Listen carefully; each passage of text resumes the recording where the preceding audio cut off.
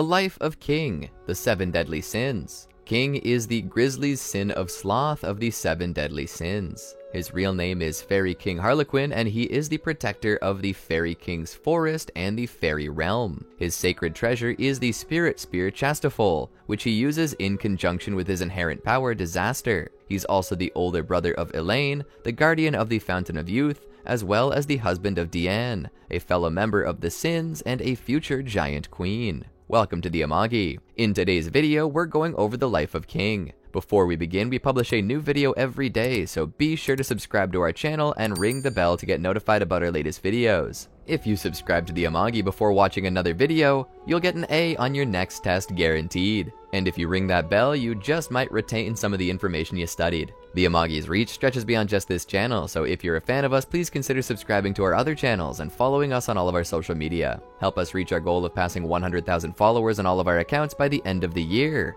And with that out of the way, let's get into the video. Background. King was born more than 1,000 years ago from the sacred tree of the Fairy King's forest. At some point, he was chosen by the sacred tree to be the 3rd Fairy King. 700 years ago, King was the ruler and guardian of the Fairy King's forest, a country set on the border between the fairy and human realms. His spear, Chastafol, was made from the sacred tree placed in its center. King used to live with Elaine along with the other fairies, keeping up the peace between them and the humans. During his time protecting the forest, King and Helbram were best friends. But unlike Helbram, King found no interest in humans and cautioned Helbram not to trust them. However, Helbram and his group went out of the forest to see the human world, where they met with a group of human travelers who promised to give them items in exchange for information about the fairy world. However, it was revealed that the humans were only after their wings, which could be sold for a lot of money, as it was believed to extend a person's lifespan. King then went out of the forest to save his friends despite Elaine's efforts to stop him, telling her to stay and protect the forest. After finding the dead bodies of the fairies, King stumbled upon a tall, armored human wearing an eye patch named Aldrich, who attacked him from the back, ending up nearly killing him until he was saved by a young Diane. Due to his injuries, King ended up forgetting about his life as a fairy king and spent his time playing with and protecting Diane. 500 years ago, Diane later met a stranger who offered them soup, despite them being a fairy and a giant. Feeling uneasy with the old man, King told Diane to be cautious around humans. When Diane came down with a fever, he was sent into a panic due to the fairy's lack of understanding of diseases and sickness. However, Diane stopped him,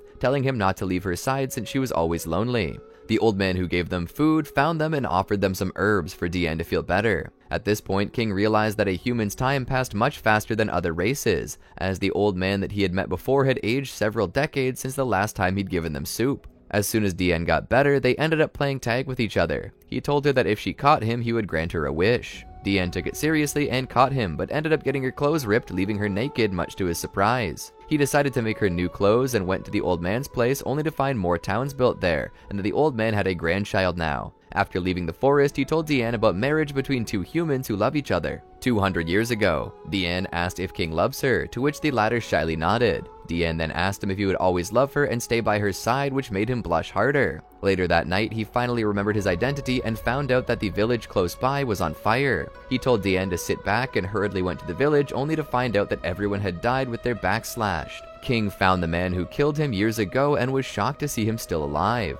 He then realized it was Helbram using the identity of the person who hunted down the fairies for their wings. He got back up and decided to end Helbram's rage to humans, killing him in the end. King then went back to Diane to erase her memories of him, fearing that he'd be unable to protect anyone anymore. King was then captured by unknown holy knights for the crime of sloth, as he was a king, and he was unaware of Helbram's mass murder of humans and was turning a blind eye. Unaware at the time, one of those holy knights was Meliodas, whom he would be properly introduced to after joining the 7 deadly sins. Additionally, due to his imprisonment, King was unable to return to the Fairy King's forest and was absent during the events that led to the destruction of the forest and the death of his sister, Elaine. Because of his absence, his own people began to resent and eventually hate him, overall ending his reign as their king. 15 years ago, King's sin eventually led him to become a member of the 7 deadly sins when King Leonis formed the group. Despite being a former king, he was not assigned the role of the leader, and the group was led by Meliodas and supervised by the great holy knight Zarathustra. Additionally, in meeting the other members of the Sins, King was introduced to Bon, whose immortality originally piqued his curiosity, yet he ultimately overlooked this fact due to the uniqueness of the other members and befriended him. Unaware of Bon's connection to the Fairy King's forest's destruction, King was also reintroduced to Diane, who at the time had no memories of their time together. From that point onward, King adopted and maintained a more human form to help prevent Diane from remembering their former past, which also led to some other Sins, mostly Bon and Gowther, as well as the majority of the Holy Knights of Leonis, from ever seeing his true appearance as a fairy. A long time ago, Bon went through a phase of collecting stuffed animals. He went around stealing every stuffed animal in the kingdom, thinking that he wouldn't be cursed if he did such a small deed as he worked hard as a knight.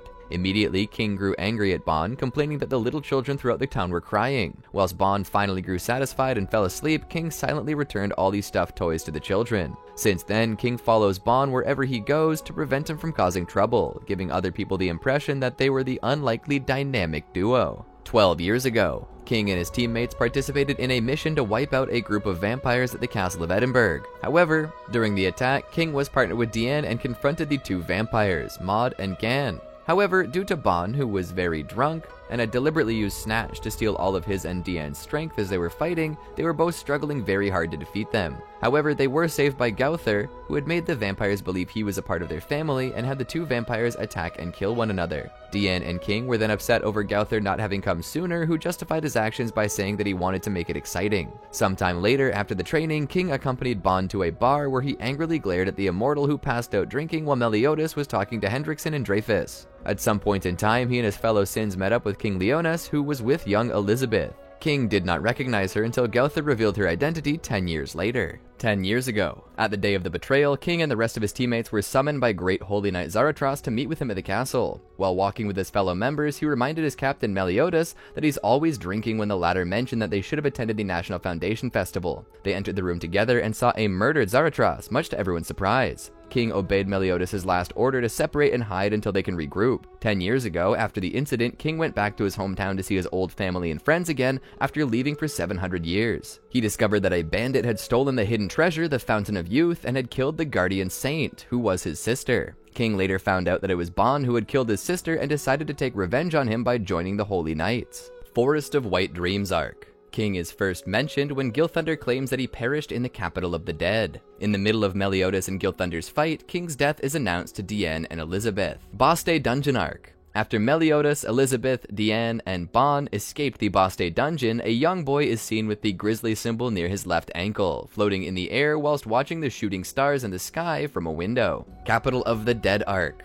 King is looking out of the window when Gilthunder comes in and tells him that Bon has joined up with Meliodas and Diane. He then wonders why they decided to move. Gilthunder reassures King's loyalty to the kingdom, to which the latter coldly replies that he has his own way of doing things. Suddenly, a black hound named Oslo enters the house and King welcomes it back. He asks if it had found Meliodas and the others, mysteriously understanding what it says. He then notices something in his mouth and pulls out 2 Holy Knight crests, whilst telling Gilthunder that the rest of the Holy Knights better stay away or he will wipe them away along with his enemies. Later, he appears before Bon and delivers a surprise attack by stabbing him in the chest. When Bon asks who he is, he replies that it's not important and quickly pierces his spear completely through Bon. Acknowledging the fact that Bon is confused by who he is, King reveals that Bon has killed the guardian saint of the Fountain of Youth to obtain immortality. Immediately after hearing King state his sin, Bon quickly sends Ellen and her brother away and engages in battle. King swiftly hovers towards Bon, attempting to pierce him again with the spear, but fails. Before Bon can return with an attack, King immediately uses his levitation abilities to perform the technique Bumblebee.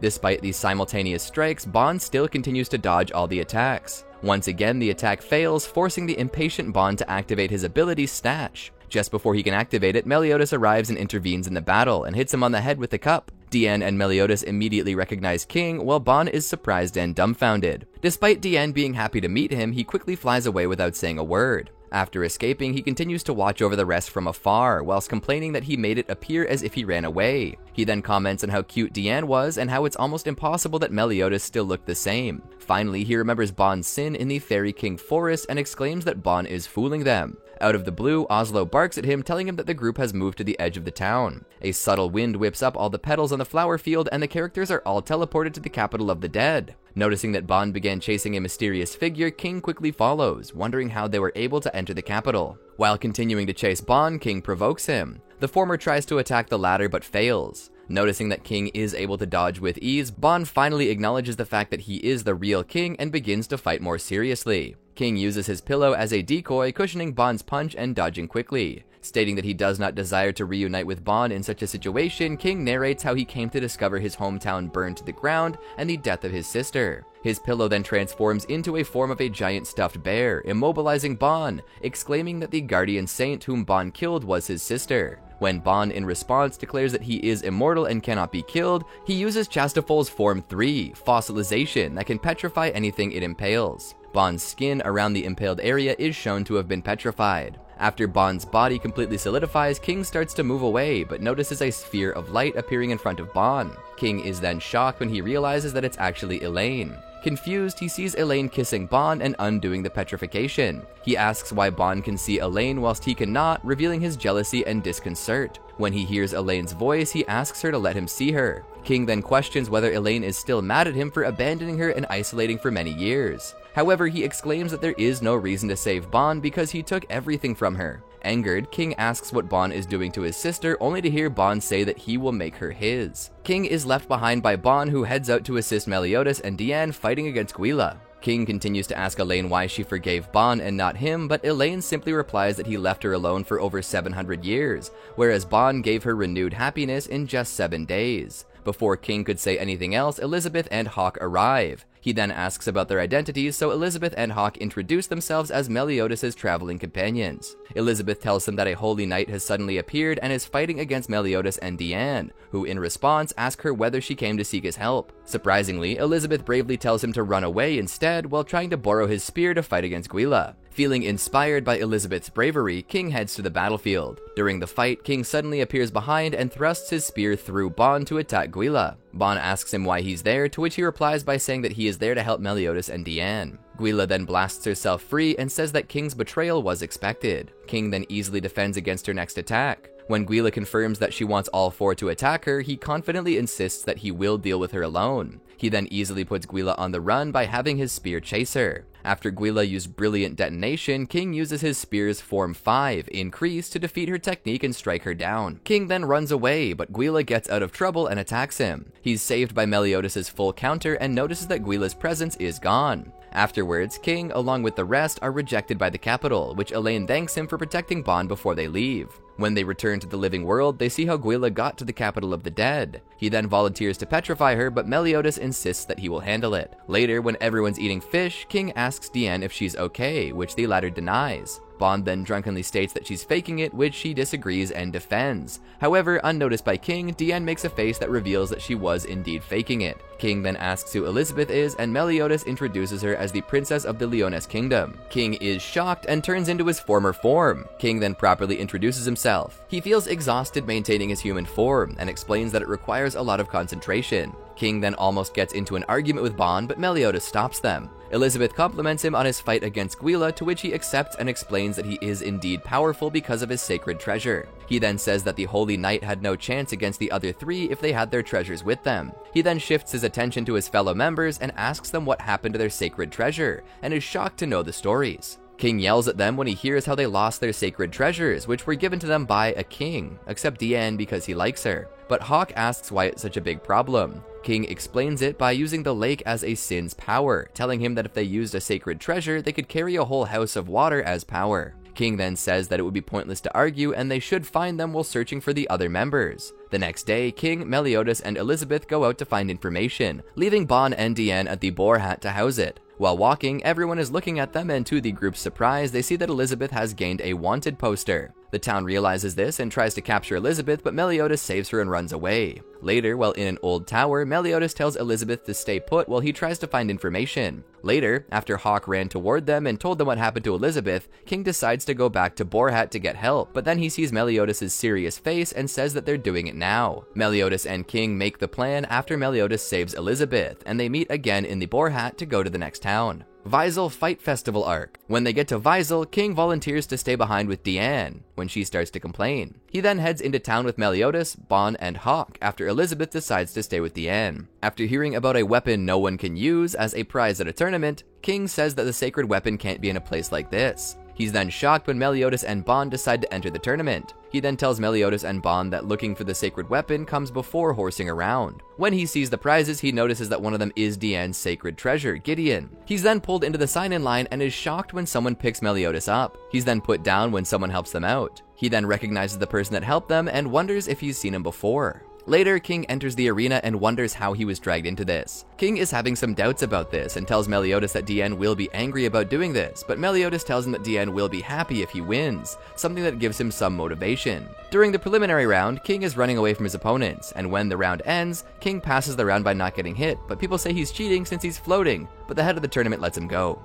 Meliodas and Bon tease King for being cheap, which annoys him. King's next opponent is Cain Barzad, who is the one who showed them where the sacred treasure is, and King is upset that Bon put his name as Old Fart. During the start of Griamore and Matrona's fight, Matrona reveals that she's wearing Elizabeth's clothes. King tells Meliodas that she might be Elizabeth, but Meliodas tells him it's not her since her breasts are slightly smaller and her butt is a little bigger, much to King's confusion. After Matrona wins and her face is revealed to be Diane, she later punches Meliodas in the stomach for not recognizing her. King follows Matrona and asks initially about her size, and then where Elizabeth is, only to be revealed that she is in Diane's bosom and both of them have shrunken. After Diane and Elizabeth tell them what happened to them, Diane jumps happily on Meliodas, shocking King, who has a nosebleed after hearing what she wants Meliodas to do to her. Bon informs King that his fight will start soon, and then asks him whether he's already dead due to the great amount of blood he lost from the nosebleed. While King is waiting for his fight to begin, Diane cheers for him and tells him to win, to which he responds by giving her his game face. Upon engaging in battle, King tries fighting Cain, but despite fighting hard, because he's usually really weak against Cain, he's losing. King uses his power Disaster on Cain, but Cain senses it and sends him flying out of the ring, defeating him. King is upset that he lost and watches the next fight, which is Meliodas versus Bon. Both Diane, King, and Elizabeth are cheering them on, and King tells Bon if he loses, he'll tell Elaine. During the fight, King comments on the power of Meliodas and Bon and is very glad that he doesn't have to fight them. Later, during the fight between Meliodas and Diane, all the Sins sent great danger coming toward Visel and King, and the rest put up an act to scare people away from Visel.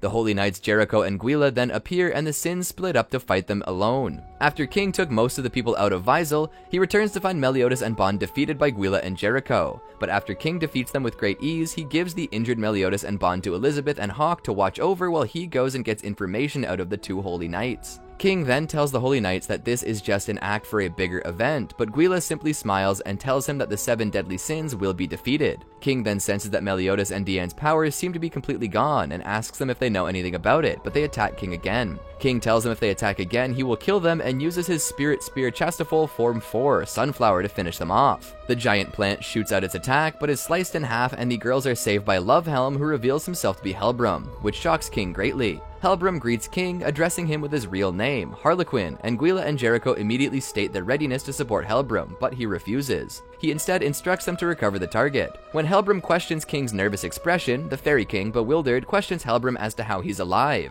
a question that Helbram dodges. King expresses confidence in his power and has a regenerated Chastafol attack Helbram. Helbram, though, commenting on Chastafol's regeneration, kicks King while easily blocking Chastafol. King fights off Helbram but is easily overwhelmed by the latter, who even stops his spear attack mid-air. Right before Helbram cuts him, King launches a spear attack at Helbram that lands on his face, removing his helmet and revealing his visage. Helbram then senses Meliodas' raging power coming out toward them, while King is utterly shocked to sense Meliodas' dark power and gets knocked out by the force of it, when Meliodas lands on their location. While Helbram watches the defeated Meliodas, Bon gets King, Elizabeth, and Hawk and starts retreating from the area since Diane got Gideon back. King later wakes up and gets his wound treated by Meliodas and Bon. The group then heads to a new location to find the next deadly sin or sacred treasure. Armor Giant Arc. After the Boar Hat stop at an unknown location, Bon and King start training together to improve themselves after the event at Visel. While they're sparring, Bon asks King if he was taking him lightly and told him he should try to act like he's going to kill him. But King asked him how he could kill someone who is immortal, to which Bon revealed that he could stop him from fighting like he did in the capital of the dead. Bon then told King about Jericho's slash wounds, which did not heal. King found this odd and thought it could be the power to slow down time for the wound, or maybe it's an illusion that creates a sensation.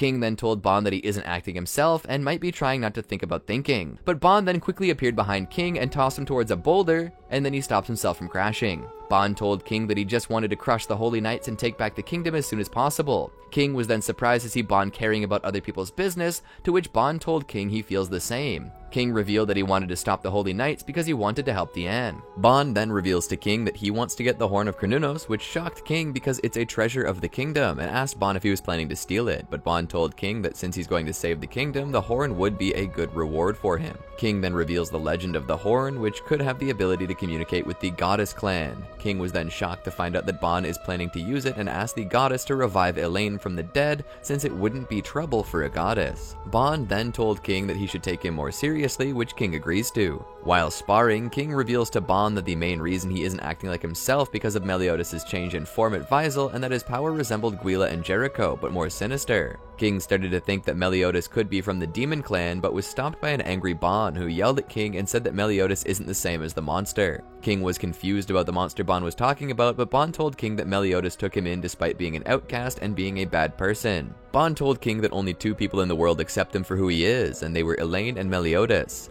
Bon then told King that Meliodas would never kill anyone no matter how bad they were, saying he was too naive to be the same as the monster he fought. Bon and King were later met with Diane and Elizabeth, who later went to find Meliodas. They were surprised to see a sliced up mountain caused by Meliodas. King and the others later meet up with a group of kids who are role-playing as them and later befriended them. Everyone was later informed that a group of Holy Knights were spotted at the mountain, to which the kids then went to find them. Later, the Deadly Sins were told by a dying knight that there is an armored giant at the mountain, which defeated the knights easily. Meliodas then revealed to everyone that the giant is Gowther. King, Meliodas, and Bon headed to the forest to find Gowther, and there they found him having a standoff against the Dawn Roar. However, the standoff was broken when one of the kids attacked and smashed another kid named Armando. The Deadly Sins then headed to the battlefield, while King was shocked why would Gowther attack Armando, to which Meliodas told King that they would worry about that later. King rushed in and took Peliot away from the battlefield before he got hurt. King then used third form fossilization to petrify Hugo. However, Hugo's arm was cut off by Simon to save him, which shocked King, and then King was trapped by a Dawn Roar member. As Weinheit was about to shoot Gowther with a powerful arrow, it was stopped by the injured boy Armando, who then revealed himself to be Gowther to the Deadly Sins' shock. After Gowther made the Dawn Roar leave the battlefield by offering the armored giant head, Gowther reveals to the 7 Deadly Sins that the armor has a beast in it, which was once a holy knight. Gowther left the battlefield to make sure Peliot is saved from the beast. The Deadly Sins then face off against the beast, with King using his Chastafol form 2, Guardian, to save Meliodas and Bon, who were sent flying by the beast. The Guardian, however, was defeated by the beast with ease, which shocked King. King told Meliodas he will attack Dale with Fight Fire with fire raining daggers, but it had no effect on Dale, who then spit out Venom Spit, which affected King greatly. King was then carried by Gowther and was amazed when Meliodas killed Dale with ease with a real sword. King went back to the bar, feeling better and having a party with the 7 Deadly Sins for Gowther's return. Everyone started smelling King due to Gowther revealing who King is by smell, and noticed he smells good in his normal form but bad in his human form, to his dismay. Gowther used his power Invasion on King to reveal that he could have killed Dale with ease but did not want to because of Helbram, but King shut Gowther's mouth with Guardian. When Gowther revealed that Elizabeth is in love and possibly Meliodas, King quickly tried to calm Diane down before she could attack anyone, but was surprised when she passed out due to drinking. Kingdom Infiltration Arc. When Meliodas asked for his team's aid in retrieving his stolen weapon, King chided his captain for being careless until Meliodas explained the nature of the item. After Elizabeth was captured by a female holy knight, King witnessed Diane giving Meliodas, Bon, and Gowther a very long throw to the kingdom of Leonis. Much to their astonishment, Diane and King started to travel to Leonis on foot, along with Hawk's mother, and planned to help out since they are the only 2 who have sacred treasures with them. Diane asked King if he had ever seen Meliodas that angry before, to which King said it was the first time seeing him like that. Diane wondered what if she had been kidnapped instead of Elizabeth. Would Meliodas get that angry for her? But King told her Meliodas would come for her since they're an important friend, to which Diane said that Meliodas is kind, but also said that Meliodas wouldn't make a face like that. King told Diane that he would definitely come for her, even if he does so alone, which made Diane happy, but she wondered if he did it just to cheer her up. King realized that they should hurry and summoned his pet, Oslo, which King also revealed the ability of, to try and transport them to Leonis quick. But Diane was too big for Oslo and told King to push her butt, which made King blush and ordered Oslo to get bigger quick.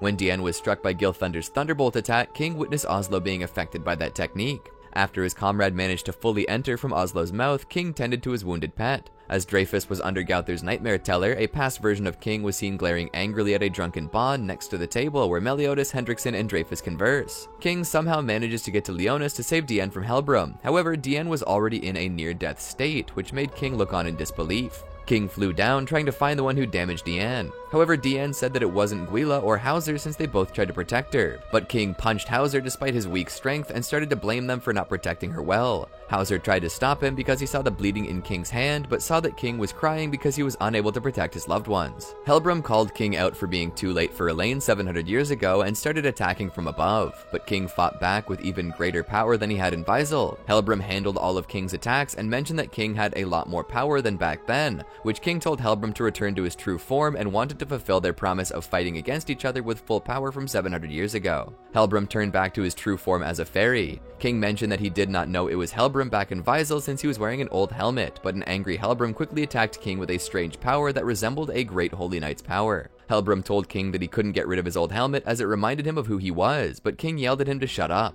Helbram wondered what King saw in Diane, but King asked Helbram if he should understand how it feels to lose someone. Helbram started using the sacred tree branch to attack Diane, but King used all of his attacks to protect Diane from dying. As King was knocked around by the sacred tree, Helbram mentioned that King is unable to fully use Chastafol to its full powers, as the sacred tree it was forged from had forsaken King for his failure in the past, and that since Helbram is a true fairy, the sacred tree is on his side. Helbram summoned his roots to ruthlessly kill Diane as King watched. As the smoke cleared, Diane, as well as Hauser, Guila, and Zeal, were protected by King using Chastafol's barrier form, Form 8, Pollen Garden, as Helbram looked on in shock as King used up all of his power to make the barrier. Seeing Diane safe, a wounded King smiles. King flew up close to Helbram, the latter wondering why the sacred tree had not forsaken King and allowed him to draw out so much power. King explained that the Chastafol 8th form was made to protect others and slowly heals them as the sacred tree's pollen was used to heal itself while attacking. King looked at Hauser and told him he was lucky to be near Diane when the healing shield appeared, as were Guila, Zeal, Gowther, and Jericho. King told Helbram that the sacred tree was born to protect the fairy realm and had no sentiments of evil. King explained that that is the reason that he has the ability to draw out more powers than Helbram. King asked Helbram whether he still intends to kill humans. Gustav and his comrades, who were allies to Helbram through Link, were shocked of their superior's true nature, and as when the Cardinal ordered his subordinates to give their powers to him, Gustav and the others tried to break their connection to Link, only to be taken control of by Helbram's blind follow and given all their powers to the Mad Fairy to battle the grisly sin of sloth. King summoned Chastafol back to him and prepared to fight Helbram with his full power. As the two fairies clashed, Helbram was starting to have a mental breakdown while King remained calm and told Helbram he could rest now as King slashed Helbram, defeating him and breaking his Link Orb. Before Helbram fell, he told King they were too late as Hendrickson had the Coffin of Eternal Darkness and Elizabeth, all the keys required to release the Demon Clan. King asks how Elizabeth was the final key, but Helbram told him to go see for himself as he fell. King went close to the near-dead Helbram and picked up the helmet, which Helbram revealed was meant to be a gift from him to King when he got it from the humans 700 years ago, and said that he was stupid as the helmet was dumb and ugly. King started to break down in tears, saying he agreed and left the helmet on top of Helbram's dead body. King floated towards the injured Diane and apologized to her for getting her into trouble, but Diane instead thanked him for saving her. King told Diane to leave everything to him, but Diane then said Harlequin, which surprised King until Diane said that name simply sounded nostalgic to her, but she didn't know why. King smiles and said that it could have been a dream. Hauser asks King that if the deadly sins aren't after the kingdom, why were they here? King explains that Elizabeth was kidnapped and they came to rescue her, but Dreyfus appeared out of nowhere and attacked King from behind. However, the Fairy King used Chastafol to knock Dreyfus away and held him away by floating the blade at his neck. King told Dreyfus that according to Helbram, Elizabeth was going to be used to bring back the Demon Clan, possibly through sacrifice. Hauser was shocked to hear this news, and Guila reveals that Hendrickson was behind the plan and the new generation were a part of it. King continued to ask Dreyfus if he was a part of the plan, and he should pick his answer carefully or die. Diane attempts to get up while King tries to convince her to rest since she's still badly injured, but Diane refuses as Elizabeth needs to be saved and King's pollen healed her. As everyone gets ready, King tells Diane if Elizabeth is Diane's precious friend, then he would do anything to save her, and that Elizabeth is the reason that all the deadly sins are reunited. The group then heads out to Hendrickson's location to save Elizabeth. While on their way, King and the other Sins sense a large amount of power exerted with a very strong force in a nearby battle. Gowther explains that Meliodas is fighting against 3 great holy knights, and Diane begs King to go and help him. King refuses as he wants to remain near Diane since she's still injured and knows that Meliodas is fine on his own. After being joined by Meliodas, Gilthunder, and Margaret, the group heads to the castle to rescue Bartra and Elizabeth. On the way, Meliodas explains to the group about Gilthunder's situation, and Arthur informs them of their identity and reason for being in Leonis. Suddenly, the groups are teleported to a forest. King attempts to fight Vivian, but she returns to Leonis, leaving King and the group to be lost in the forest. Fortunately, the group are teleported back to Leonis by Arthur's cloaked friend, who is soon revealed to be Merlin of the 7 deadly sins. After Merlin set Elizabeth and Bartra free, Elizabeth was worried over Diane's wounds until Diane revealed that she was saved by King and was glad she was fine. Meliodas points out that they have defeated Hendrickson and freed the king, and asks Dreyfus what he would do now. As Dreyfus admitted defeat and was crying to know Griamore is still alive, Meliodas would happily declare that everything was fixed. However, after Merlin, Arthur, and Bartra left to treat the king's wound, the castle was attacked by Hendrickson, and he caused the new generation's demon blood to go out of control. As Jericho transforms into a demon and was about to kill Gustav, and the slowly transforming Guila, Gowther along with Diane appeared to stop Jericho from killing. Gowther used invasion on Jericho and Guila kept him calm. King, seeing the situation, was about to kill Jericho to save Diane as she had very little strength left. However, Meliodas stopped King for a moment and told him it was strange that all of the new generation suddenly became demons and realized that someone has activated them. Hendrickson came face to face with the deadly sins and the holy knights, explaining that he did all of this and was after Elizabeth. Hendrickson offers to spare Meliodas and the others if Elizabeth comes with him, as he doesn't want to kill one of his kind. But the group refuses to hand over Elizabeth, and King ambushes him until he was attacked by Helbram, who was revived thanks to Hendrickson's forbidden technique. Hendrickson explains to King how he found Helbram and now he is just a lifeless shell of his former self, which brought the Fairy King to tears, knowing that his friend is a slave to Hendrickson. Battling Helbram again, King pleads his best friend to stop. While fighting against each other again, King refused to fight as he has already killed him twice and doesn't feel right to kill him a third time. Bon then attacked King, which infuriated him until Bon explained that it was Meliodas' order as captain of the deadly sins to take things seriously. Helbram drew out his last remaining will to tell King that he's fine if King killed him as he was still his best friend. King, however, still refused to kill Helbram, still feeling guilty over how many times he killed him, which made Helbram yell as he explained that they are no longer friends, which brought a tear to King's eyes as he summons Chastafol Form 4, Sunflower, and killed Helbram by destroying his body, as the latter smiled in relief. King picked up Helbram's old helmet and wondered if they're still friends in the end. As Bon figured out a way to return the new generation back to normal, Bon and King teamed up to remove the strange plant inside of them while the others went to save Elizabeth. King rejoined the other Deadly Sins members at Merlin's old castle to face Hendrickson in the final battle. As King battled against Hendrickson with the aid of Meliodas and Diane, Bon was slammed against the wall by Hendrickson, which made Bon furious as he revealed the wall he was smashed against was a red demon, to everyone's shock. King was even more surprised when he found out that the red demon was in the Fairy King's forest during its destruction, which made King question Bon's sin in killing Elaine and drinking the water from the Fountain of Youth. When Bon slammed Hendrickson into the ground, the Deadly Sins, without Diane due to her size, went inside with King using Form 7 Luminosity to light the way. The Deadly Sins were shocked to see a Grey Demon, which Hendrickson revealed had greater power than the Red Demon and put his blood into him, gaining him a new, much more powerful form, as he easily destroys Bon's upper half. Meliodas, along with the other Deadly Sins, were blown out of Merlin's old castle and badly injured due to Hendrickson's newfound power. Diane, however, reacted and used Rising Meteor on Hendrickson, sending him up into the sky. Diane told King to finish him, which the latter did by almost using Form 8 until Hendrickson used Dark Nebula to defeat them. King grew furious when Hendrickson killed Hawk while protecting Meliodas and Elizabeth. When Elizabeth unlocked her secret power and healed everyone, Meliodas thought of a plan and asked Gowther to use his ability to spread the message, but King was in tears trying to reveal to Meliodas that Gowther was killed as his head was chopped off. But to Diane and King's horror and shock, Gowther was still fine as he was searching for his glasses while holding his head. Once Gowther spread the message through broadcast, King, along with the Deadly Sins, attacked Meliodas and Hendrickson with all their powers, which revealed that Meliodas was charging up for Revenge Counter, his ultimate technique, as it finally killed Hendrickson, ending his reign. Once Bartra returned from Camelot with Merlin by his side, he forgave the Holy Knights and cleared the Deadly Sins' names for their crime. As the others started to grieve over Hawk's death, the black matter on the pig's dead body started to be removed and revealed that Hawk was still alive but shrunken. However, everyone was still joyful for their friend being alive, except for King, who was puzzled by Hawk's size. Post-Kingdom Infiltration Arc. As Leonis is being rebuilt, King, while Oslo is on top of him after wondering how Diane is feeling after seeing Meliodas and Elizabeth hugging each other after Hendrickson's defeat,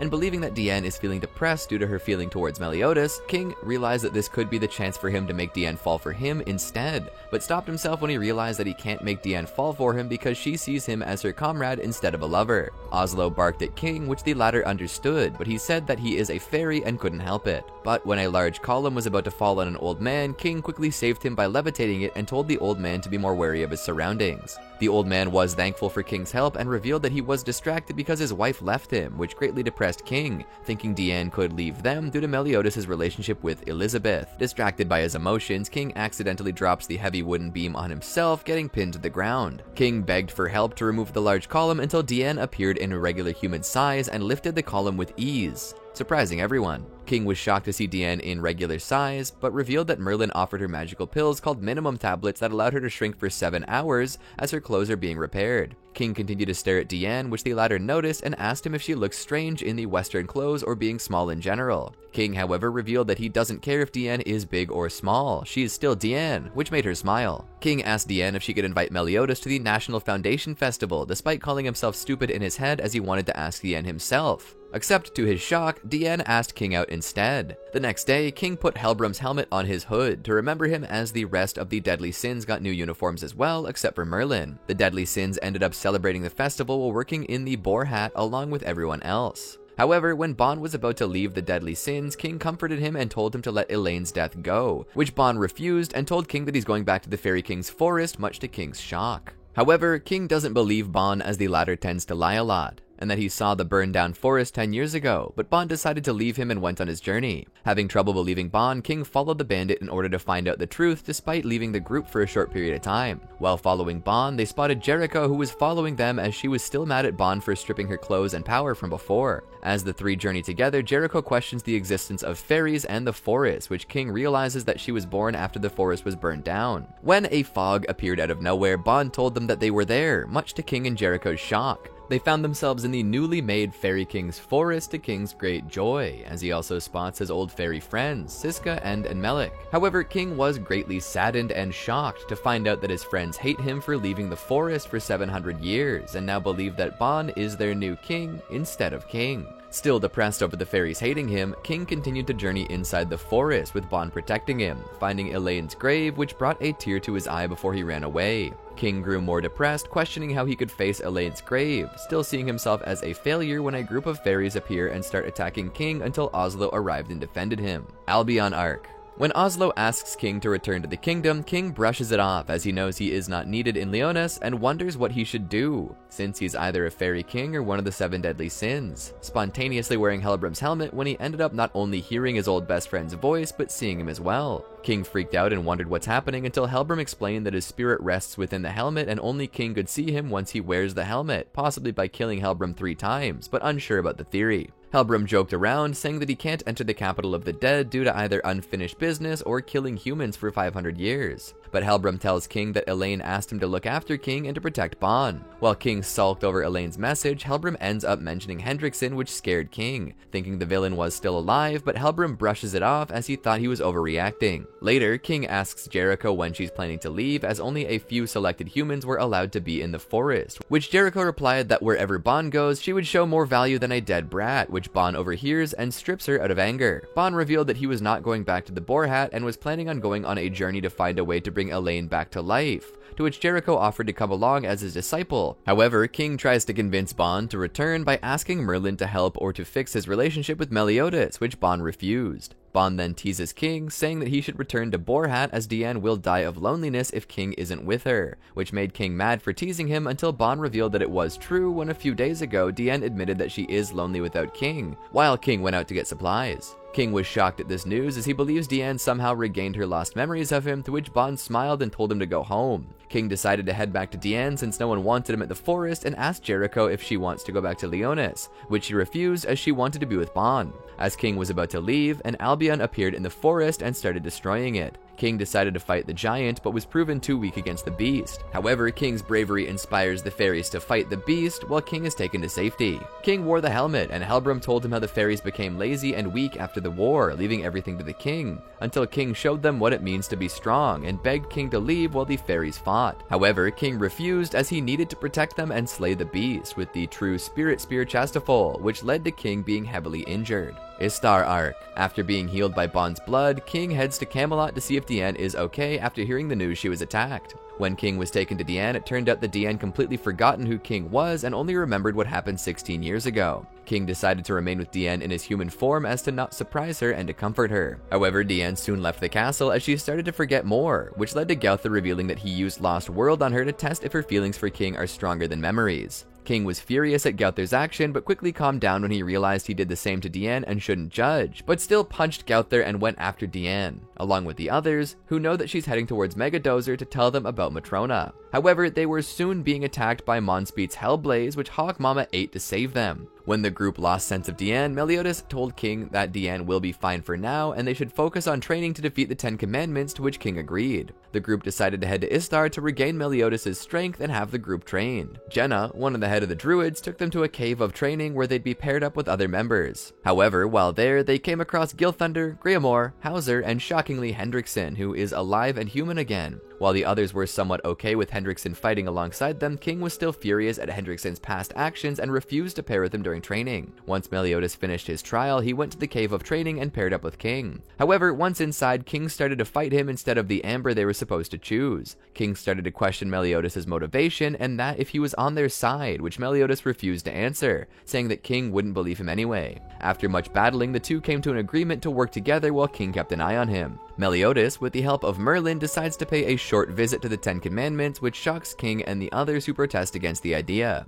However, Meliodas goes his way anyway, and they wait for about 10 seconds in anxiousness. Once Meliodas is back, and after finding out about his doings, King angrily yells at him, but finds out about Meliodas' plan. Helbram asks him through the helmet about what happened in the cave, but King refrains from telling him. He then exits Istar along with Meliodas and the others. Raven's Arc.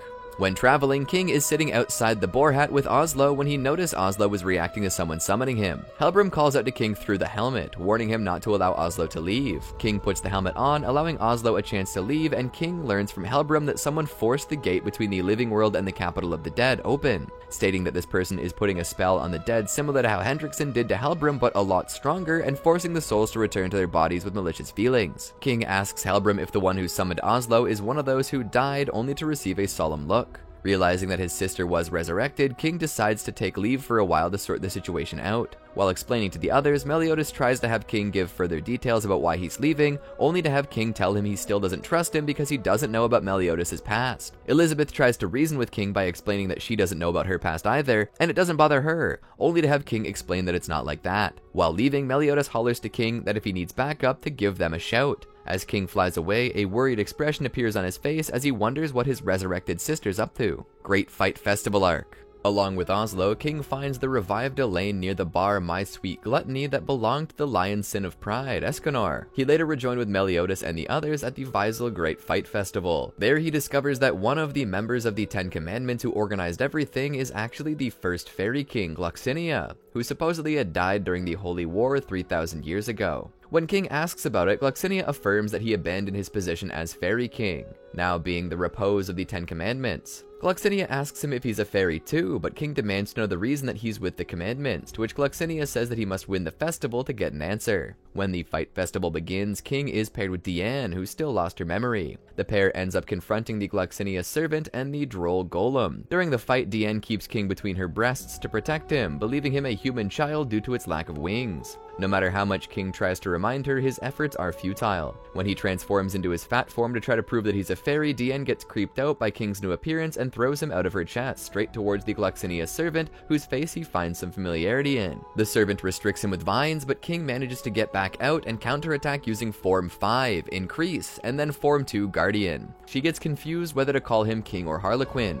After the golem managed to defeat the Guardian and both Droll and Gloxinia increase the power of their representatives, King decides to release his sacred treasure, unleashing the true power of the sacred tree, which draws Gloxinia's attention. With his true power, King manages to incapacitate the golem with Form 2 Guardian and destroy the Gloxinia servant with Form 5 Increase and Form 1 Chastafol. Diane is impressed with King's incredible power, but King is exhausted by the excess of magical power he used. In that, Droll Golem manages to recover and attack King, who is saved by Diane, who takes the hit for him. When Diane tries to fight Droll's golem with her own golems, Fillet and Loin, those are quickly defeated. King advises Diane to create golems based on beings with whom she has a deep emotional connection with to make them stronger. When she creates golems in the form of Matrona, Meliodas, Hawk, and Elizabeth, King is impressed with her ability but is disappointed because she did not create a golem based on him, until he managed to discern a small and battered golem with his form, which makes him extremely happy. Although with greater effort, the first 3 golems are finally defeated until King's golem manages to completely destroy Droll Golem in one fell swoop. After witnessing the battle of Gowther and Escanor, King is locked up next to all the others in the rocky hands of Droll. There, King regrets the fact that the 10 Commandments are too powerful for any of them to face, stating that Meliodas is the only one that can fight them. King is finally teleported alongside everyone to Leonis by Gilfrost.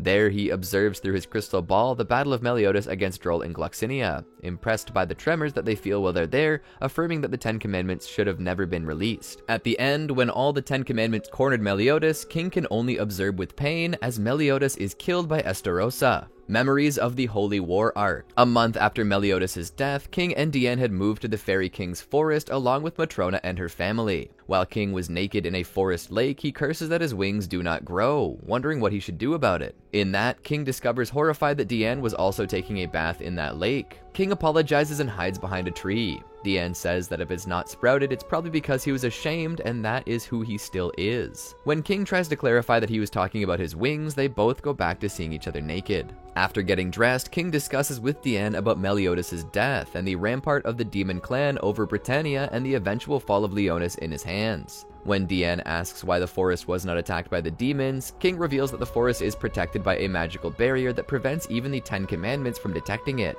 However, King claims that Droll and Gloxinia could still find it as an ancient fairy and giant king. King mentions that it's suspicious that the two haven't made any moves since Meliodas' death. After being reunited with Gerhed, she advises King about a strange presence that she was feeling around the forest, although she can't identify or clarify it. While King decides to let everyone have a good moment to make merry, King and Diane suddenly disappear. As it turns out, Droll and Gloxinia are there to abduct Diane and King, unleashing a battle between them. Deciding to go to his full power, using the true form of Chestafol, he attacks Gloxinia with Form 2, Guardian. However, it's pushed back by a single blow of Gloxinia's Basquias. There, King notices the elasticity of the Oridora in which Droll and Gloxinia trapped them, realizing that they could not escape. Gloxinia proceeds to attack with his own Form 2, Guardian, to which King responds with Form 5, Increase. Suffering the wear of his magic power, King is left extremely exhausted. Gloxinia then comments on King's supposed limit and slashes him from behind, covering himself in Form 5 Yggdra armor. Wounded and incapacitated, King apologizes to Diane, who was also defeated by Droll for not protecting her. Gloxinia states that King's lack of wings and control over the true power of Chestafol and its magic consumption makes him lose. King demands to be killed instead of wasting time, to which Gloxinia responds that he will indeed do so, but only if they fail to meet their expectations, much to the two sins' confusion. The former fairy and giant kings claim to train them to defeat the 10 Commandments. Gloxinia then uses Form 7, Moonrose's Drop of Life, to completely heal his wounds. King and Diane are skeptical at first, asking about Droll and Gloxinia's intentions. The two explain to them about certain crossroads in their fight against the demons 3,000 years ago that made them take sides with the 10 Commandments. King asks what happened to make the two legendary warriors have to end like that. Gloxinia and Droll declare that they want to put both him and Diane into a trial to verify the rightfulness of their decision, saying that they will grow or die as a result. King decides to do it, trying to persuade Diane of the opposite. At the same time, Droll and Gloxinia used a spell that was taught to them by an old and dear friend, releasing a giant wave of light. King awakens in Gloxinia's past body. Upon awakening, King realizes he is alone in a place he does not recognize. However, to his surprise, he discovers that he is inside Gloxinia's body. Upon hearing a scream from Diane, King flies in her direction, surprised by the speed of the first fairy king. In the end, he discovers that Diane is inside of Droll's body. While they wonder what's happening, they both feel the magical power of a member of the 10 Commandments, but are surprised to see that it is Meliodas, who receives them naturally. King and Diane don't understand how it's possible that he's still alive, which Meliodas takes as a joke. As they try to explain that they're not really Gloxinia or Droll, Meliodas doesn't take them seriously.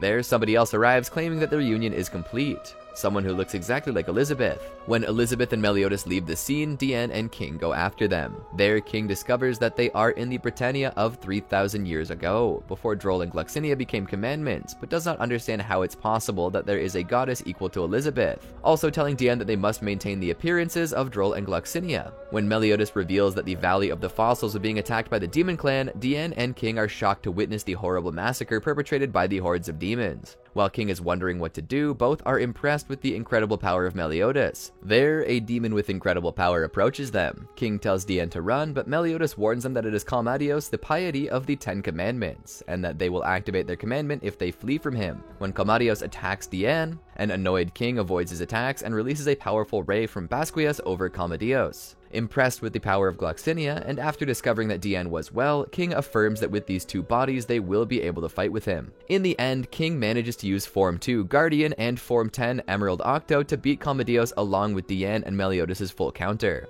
Although King says that they should not let down their guard given the large number of demons, he's surprised to discover that everyone has left. There, a human thanks them for saving them and identifies them as members of Stigma, the alliance between the goddesses, giants, and fairies. After the battle, King and Dian follow Meliodas and Rue to the Stigma barracks at the Fairy King's forest. Along the way, King wonders what decisions Droll and Gloxinia could have made that he and Dian must confirm to pass the trial. In the light of grace, King is surprised to see Ludociel of the 4 Archangels and his incredible magical power. Later, while watching Dian train with another pair of giants, King begins to notice a concentration of power on the outskirts of the forest that reminds him of Ludociel's power. After being ignored by Dian, King is surprised to meet with Gurhid, and even more when it's revealed to be the younger sister of Gloxinia. King asks him about the power that he's feeling, and Gurhid tells him that it's a barrier that Ludociel placed to protect the forest, which calms King. However, Gurhid goes on to tell him that he's actually living bait for demons to lure the demon clan into a trap and exterminate them. When Meliodas says he will go on to try to reason with them, King questions his motives for them not to listen to him being a traitor.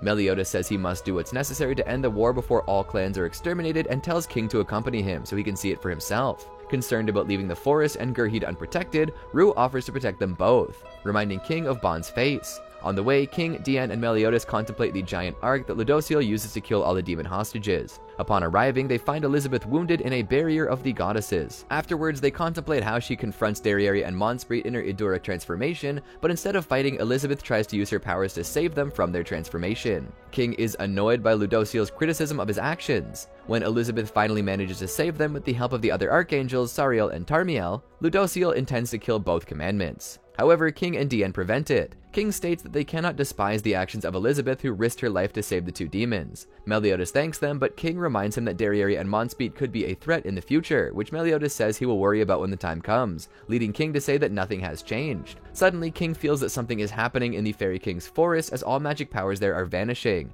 and he goes there along with Dian. Along the way, they both talk about their recent experiences and about how violent the Goddess clan can be. King also realizes that all the time he was misunderstanding Meliodas for just being a demon. However, both are surprised by Gowther. King does not understand how he can be in the world 3,000 years ago, but seeing his way of acting, King realizes that he is not the Gowther he knows. Both see Molascula speaking with Gowther through a portal, leading Gowther to reveal that he is one of the 10 Commandments, which King cannot understand. Dian tries to hurry forward, but King gets her out of the way when Gowther tries to use invasion on her. King demands he not intervene, but Gowther tells him that he cannot allow anyone to approach the light of grace until the door of the demon realm is finished. When King reveals that Gowther was responsible for erasing Dian's memories of the future, Gowther does not understand how they can speak as if they knew him, leading both to reveal their identities. Gowther, however, is fascinated, but at the same time begins to ramble about the massacre occurring in the light of grace, at the same time acting as if he were talking to another person. Gowther finally reveals that with whom they are speaking is a puppet created so that the real Gowther communicates with the outside world after being imprisoned. Soon, another portal opens, and the real Gowther appears before them.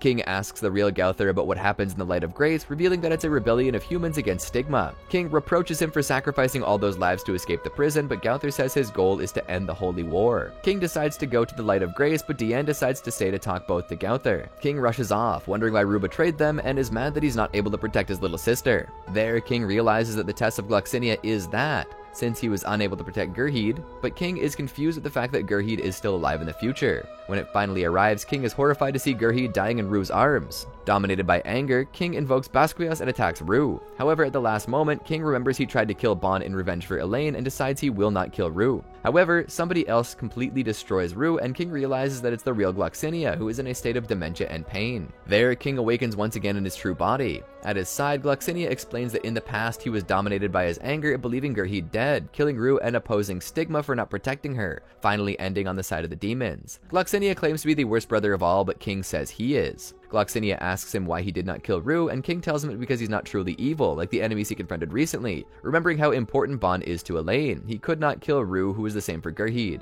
Gloxinia affirms that true evil exists. King says that it fought with such to protect what he loves. King asks him if everything that happened to him was real or an illusion. Gloxinia explains to him that in fact it was real and that he passed his trial by making a decision different from his own, instead of being wrapped by anger and being trapped in the past, all of which must have made him grow. King at first rejoices, and then he begins to babble that all the power he felt to be in the body of Gloxinia. Suddenly, King begins to feel a great pain in his body, product of the spell of time. King tells Diane that he must return safely too. However, Droll reveals the crossroads in which he found himself at the time when he was defeated by Zeldris. Since fleeing from battle is something the giants consider worse than death, their only options were to die or join the Ten Commandments. King realizes that Diane will not be able to return no matter which of the two she chooses, which Droll only says he wants to know if the cricket would have been dying like the Giant King or living as one of the Ten Commandments. King screams and cries for Diane, so she does not choose, but Diane suddenly wakes up safe and sound, puzzling Droll to reveal that she chose to flee. King is relieved to see her well, and Diane declares that she loves him and kisses him. King faints there. King wakes up shirtless in the woods when Oslo licks his face, saying that he was having the best of dreams. However, Diane is there revealing that her kiss was no dream. When Diane thanks him for keeping her promise of 200 years ago, King realizes that she remembers her memories. Diane explains that Gowther returned them and that neither of them were bad people. King regrets the way he treated her. When Diane tells him that she always loved him and asks if he still loves her, King kisses her with passion. There, Diane points to his back, and King is shocked to see that they're growing wings. King asks where Gloxinia is, and Diane takes him to where he's meeting with Gurhid after 3,000 years. Diane says they both must return to Leonis with the 7 deadly sins, and Gloxinia promises to protect the Fairy King's forest. King asks Oslo to open a portal to take them, and both fall on the roof of the castle where everyone was waiting for them. Corund Arc. After being received by the other sins, King and Diane are too surprised to discover that Meliodas is alive. King tries to apologize to him for the way that he treated him, but Meliodas and Bon begin to annoy him for his new and small wings, causing King to get angry. When Meliodas asks Diane about his change of countenance, King tries to say that they're both a couple now, only for Meliodas to interrupt him. When Gowther suddenly flees from the place when Bartra shows him his old magical heart, King is shown annoyed by Bon's skeptical attitude. King goes along with the other sins in search of Gowther.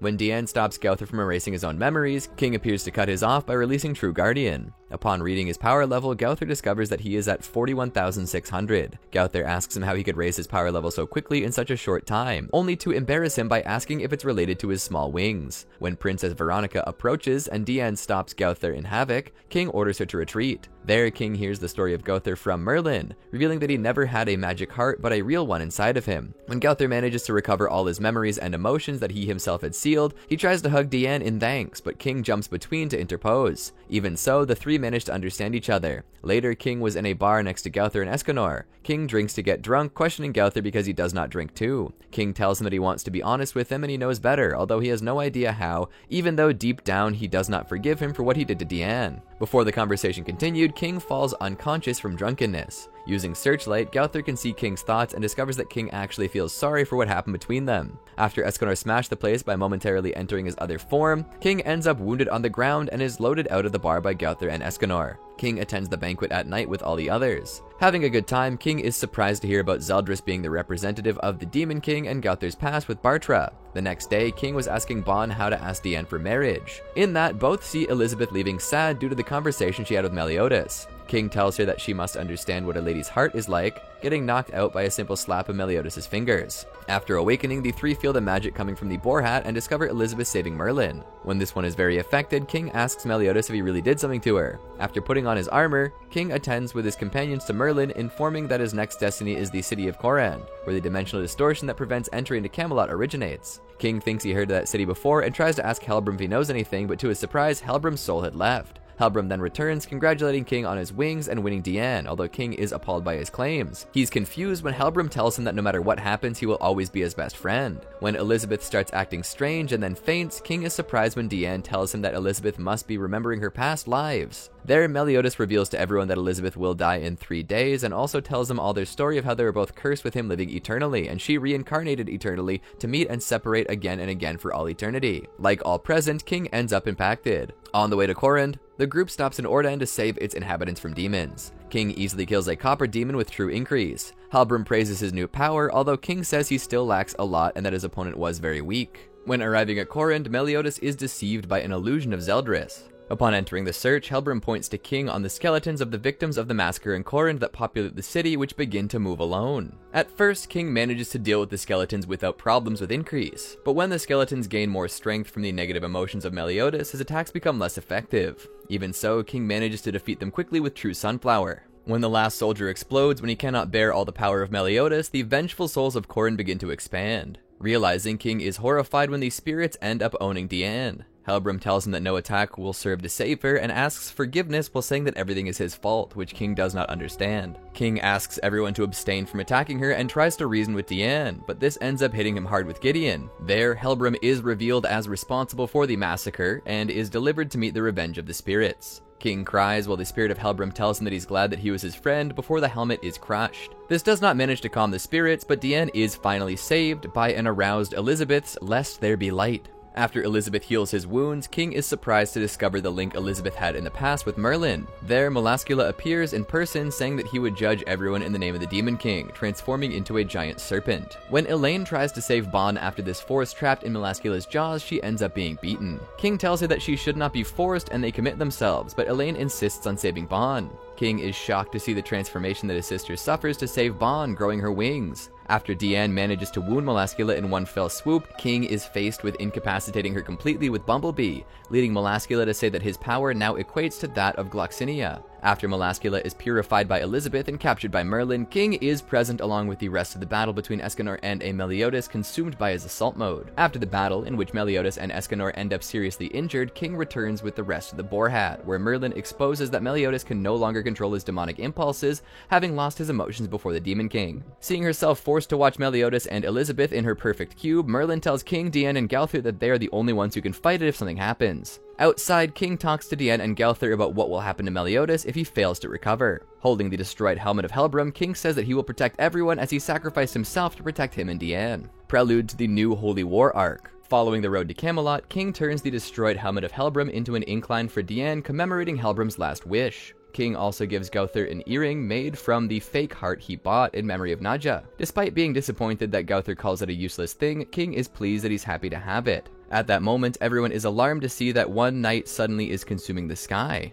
When Diane rescues Elizabeth and Meliodas from an enemy attack, King rushes to find out who attacked them. In that, an old demon appears to analyze the powers of all. King asks Gowther if he knows him, being shocked when he reveals that it's Meliodas' teacher, Chandler. Chandler proposes that they give Meliodas and Elizabeth and let them go, but they all refuse. When Chandler uses microscopic on Diane to shrink her, King is surprised when she's naked. When Chandler unties his meteor works, King manages to escape next to Gowther, Diane, and Hawk in the sky. King says that he never expected to have to combine powers with Gowther, while both join to create their combined technique Celestial Arrow. Gowther warns King that Chandler can use the full counter, so he must wait for him to give the signal for the attack to strike. King says he relies on him. Combining an illusion as decoy, Gowther manages to evade the full counter and make the hit of the Celestial Arrow effective. Suddenly, the image of the swarm of demons approaching alert Hawk. King says he worries too much, attacking him with his true increase. Despite Gowther's warning, the attack is reflected by Chandler's full counter, who had created his own illusion to deceive them. After receiving the blow of his own increase at twice the strength, King falls to the ground very hurt. When Chandler attacks everyone with his Crimson Requiem, King is saved from the attack by Bon, along with Diane, Elizabeth, and Meliodas. There, Chandler begins to suffer the effects in his spirit of the Celestial Arrow, giving King the opportunity to hit him with True Guardian.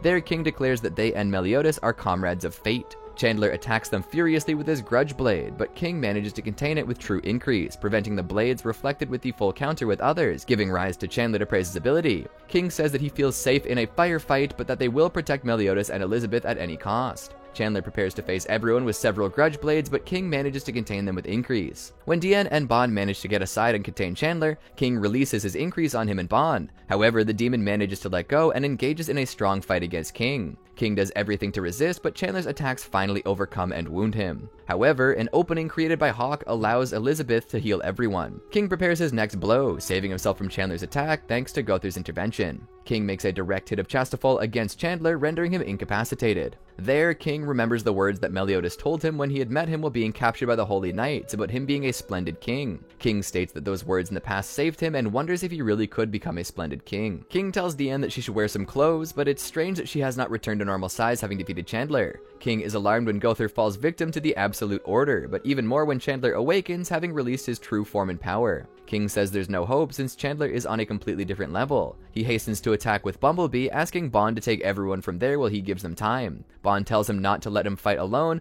but King says that staying alone will delay him. Leaving her with Elizabeth, King apologizes to Diane, saying that she could not protect her brothers from the Fairy Clan, but now she can protect her and the others, having the death of a king. King receives a powerful attack from Chandler, believing himself dead. However, King is saved along with the rest at the last second and taken to the Boar Hat by Droll and Gloxinia. While Droll and Gloxinia prepare to face Chandler, Diane and King decide to support them. King asks Bond to take care of everyone while the Boar Hat runs away. However, Gloxinia retrieved King and Diane with Emerald Octo. When King asks what he does, Gloxinia says that the fairy who is just sprouting wings should leave. King insists that he can still fight, but Gloxinia points out that he has exhausted almost all of his magic power. Even so, Gloxinia praises the power that King has acquired with those small wings, affirming that he will become the most powerful fairy king when they're fully grown. After this, King and Diane are sent to the Boar Hat. While feeling Droll and Gloxinia were killed, King and Diane are sad. While everyone regroups, King says they must prepare some countermeasure against Chandler and take advantage of that time they have before anchoring them to hide Elizabeth and Meliodas. However, Chandler reaches them. Knowing that Elizabeth and Meliodas are out, King and the others rush to help, only to discover Meliodas awake. However, Meliodas retains his memories of them and declares the dissolution of the 7 deadly sins to become the Demon King, leaving King and the others perplexed. After he leaves with Elizabeth and Chandler, King is upset by what he did. When Bond decides to go to Purgatory to search for the emotions of Meliodas, King reminds her of Elaine, so Bond asks her to take care of her for him. When Elaine is desperate to find out, King dubiously tells him that he will come back for sure. Feeling the magic of Zeldris approaching, King is alarmed by what follows, but Merlin decides to go out and confront him. Seeing everything, King and the others are surprised to discover that Merlin has the bandits of the Demon King and Supreme Deity. King reminds everyone that they have an enemy in front of them and that they must fight with everything they have. But Merlin decides to go and negotiate with Zeldris alone, leaving behind a magic plant for everyone to listen to their conversation. Thus, King discovers Merlin's past in Belialuin and that Meliodas plans to become the Demon King by absorbing the 10 Commandments into himself. When Merlin returns, King is teleported to Camelot next to all the Boar Hat. Once in Camelot, everyone separates to gather the prisoners of the demons and teleport them safely to Leonis. King deals with it with the True Sunflower. After reuniting with a getaway Elizabeth, everyone decides to take action to stop Meliodas from becoming the Demon King, even at the cost of Elizabeth's life. Upon returning to Leonis, King and the Sins are all received with honor. In that, Margaret appears, revealing to have been possessed by Archangel Ludociel.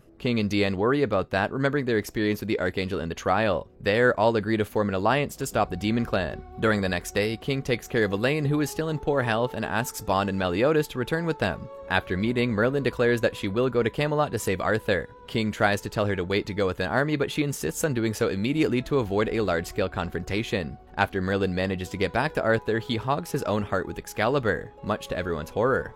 New Holy War Arc. After the death of Arthur, a holy knight goes to the Boar Hat requesting the presence of Elizabeth and a representative of the 7 deadly sins for the meeting to decide the strategy for the battle. King tells him he's received. While Merlin, Escanor, and Elizabeth leave for the meeting, King notes that Escanor looks very discouraged. During the preparation for the Holy War, King is excited by Merlin's new clothes and Diane, saying that he could never do similar clothes, to which Diane tells her that she would always treasure the clothes he made her. King promises Diane to protect her, but together rescued Elizabeth and Meliodas. And also afraid, Fear tries to ask for marriage after war, but both are interrupted by Escanor, who reprimands them for being romantic as they're about to start the war against the demons. King leaves to the battle like members of the Search and Destroy force heading towards Camelot to the south. On the way, the group faces the entire army of the Demon Clan, and the battle between both sides is unleashed. When the Holy Knights were suffering disadvantages in the battle, Diane manages to wipe out the enemy with her Queen Embrace. King hides inside of his Wave of Earth and then goes out next to his Chastafol and destroys 3 Albions at the same time with Tyrant Tempest, impressing all his companions. There, King and Diane recognize the Omega Arc of Sariel and Tarmiel that manages to eliminate much of the demon army. In the end, the group manages to eliminate almost all the army of the Demon Clan.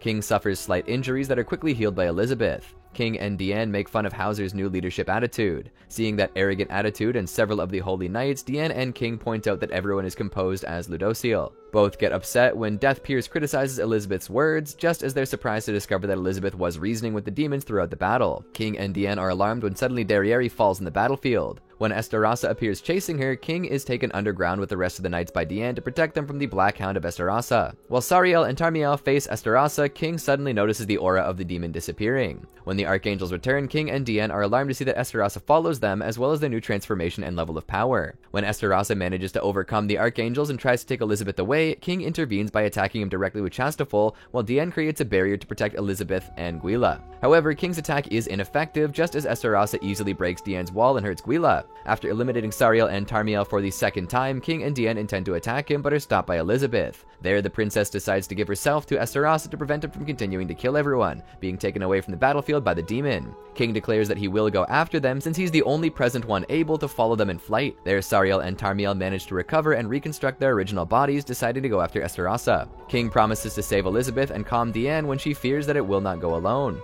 There, Darieri asks to go also to help them, and everyone mistrusts her. However, King claims to trust her because Elizabeth once risked her life to save her, missing Darieri for knowing such a thing. King declares that they need all the help they can get against Esterossa, receiving the words of Sariel that the 7 deadly sins are a group full of rare people. On the way, King thanks Darieri for helping them rescue Elizabeth. Darieri affirms that this is not her only objective, since she also wishes to obtain revenge against Esterossa. However, Darieri begins to feel surprised when pronouncing his name. Upon arriving at Heaven's Theater and finding Esterossa engulfed in a mass of darkness with Elizabeth locked up inside of it, the four confront him. While defending himself against his attacks with True Increase and True Guardian, King notices that Sariel, Tarmiel, and Darieri are acting weird as they fight, claiming things about Esterossa and Mael, lending King to question if Esterossa is doing something to them. When Esterossa emerges from the darkness that enveloped him, revealing 4 white wings, King asks how it's possible for a demon to possess the wings of a goddess. King is surprised by the sudden appearance of Gowther, who reveals the true identity of Esterossa is Mael, one of the 4 archangels. King notices that Mael begins to writhe when he recovers his true memories. When Gowther affirms that he is responsible for his suffering and that he's willing to let himself be destroyed as a punishment, King is alarmed by asking him if he's aware of those words, to which Gowther responds that it is what he should be. As Mael attacks and intends to destroy Gowther, King punches him away with True Guardian.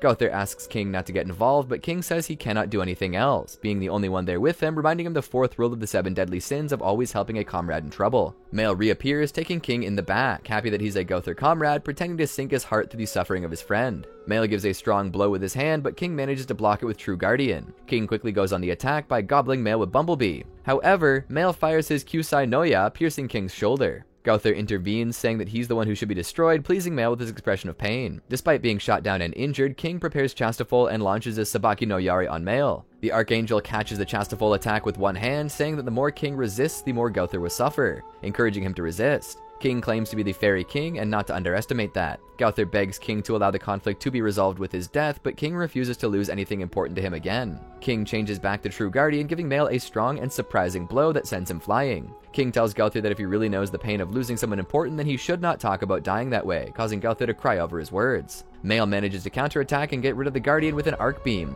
Mael mentions that it will be fun trying to face them both together. There, Tarmiel and Sariel appear to unite King and Gowther in the fight. King manages to intercept Mael's attack alongside Sariel using True Increase. However, a part of the attack manages to hit him, seriously injuring his arm. Then King receives instructions from Gowther's broadcast about the plan that Darieri formulated to defeat Mael. King takes his part in distracting Mael with repeated attacks of True Increase, preventing him from reaching Gowther. Thus, Sariel and Tarmiel take advantage to immobilize Mael using their graces, making it possible for Darieri to attack him repeatedly with her combo Star, hurting him to the point of almost killing him. The plan fails at the end when Mael manages to convince Tarmiel to release him, allowing him to kill Darieri with his Kyusai Noya and take away her commandment. Knowing that Mael intends to absorb a 4th commandment, King intends to stop it. However, that's when King succumbs to his injuries and falls unconscious. Mael encloses himself in a huge cocoon of light to absorb the commandment and soon begins to shoot rays of darkness left and right. Gowther takes care of charging King in the middle of the rain of lightning to Elizabeth and Hawk. Hawk takes care of bringing King while Elizabeth proceeds to heal his wounds. When one of the rays of darkness is absorbed by a portal that appears in front, King is surprised to realize that it is Oslo, who leaves the portal in its giant size. Then Diane comes out of his mouth and contains all the rays. King asks her what she's doing there, and Diane tells him that they both promise to always be together. Upon completion of his healing, King feels overwhelmed to perceive the magic power of Mael. When Mael, transformed by the commandments, appears, King, along with the rest, is obliterated by the light ball of love. King asks Elizabeth to hurry and heal Diane's wounds, however Diane says she has no pain and begins to feel sleepy. There, King begins to feel the same way and falls asleep next to Diane. Gowther manages to use his sense opener to undo the effects of the attack that turned pain into pleasure and sleep. King jumps behind Mael next to Diane, Elizabeth, and Gowther, complaining that now with his senses restored he has pain screaming all over his body.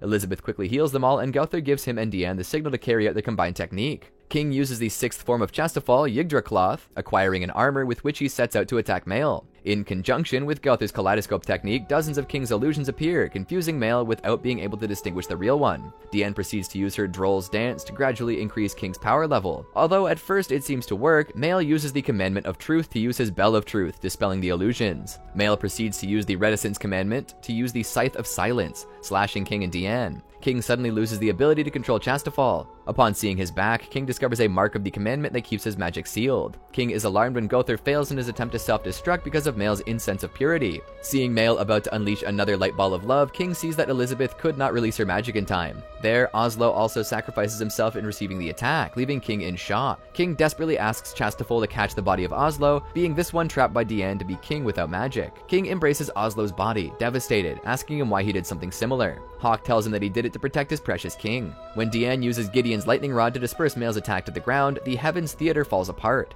King falls from the sky, thinking about how it is that the Fairy King falls, helpless to fly. King begins to fall apart emotionally, bemoaning Meliodas for not protecting Elizabeth and claiming he was wrong about being a splendid king. He thinks then of Helbram and Oslo, regretting not protecting them. King remembers Gloxinia's last words, apologizing for not being the Fairy King he expected. Recalling Diane's confession of love, King manages to recover, hearing the voices of Helbram, Oslo, Gloxinia, encouraging him to prove who he is and protect Diane till the end. King obtains a transformation, releasing the seal on his magic and obtaining full-sized wings in addition to a developed body. With his new power, King is able to separate Mail from Elizabeth and Diane, leaving everyone surprised with his new form. Feeling his aura and presence, Diane wonders if he really is the king she knows. King reassures her that it is still him, surprising Diane for having read her heart. King turns to Mail to put an end to the fight between them. King is able to hear the chaotic thoughts in the voice of Mail's heart, crying out for his sins, his desire to have Elizabeth, and his intention to destroy whoever gets in his way, and says that he doesn't expect that he wants to talk. Mail launches a Gi no Kogyoku, claiming that Elizabeth will be his even if it's only her soul and her corpse. However, King emerges intact, claiming that he won't let that happen, having protected Elizabeth and Diane with his true Form 8, Pollen Garden. Mail launches to attack King, but he counterattacks with a new and more powerful version of True Guardian, hitting until Mail is badly hurt.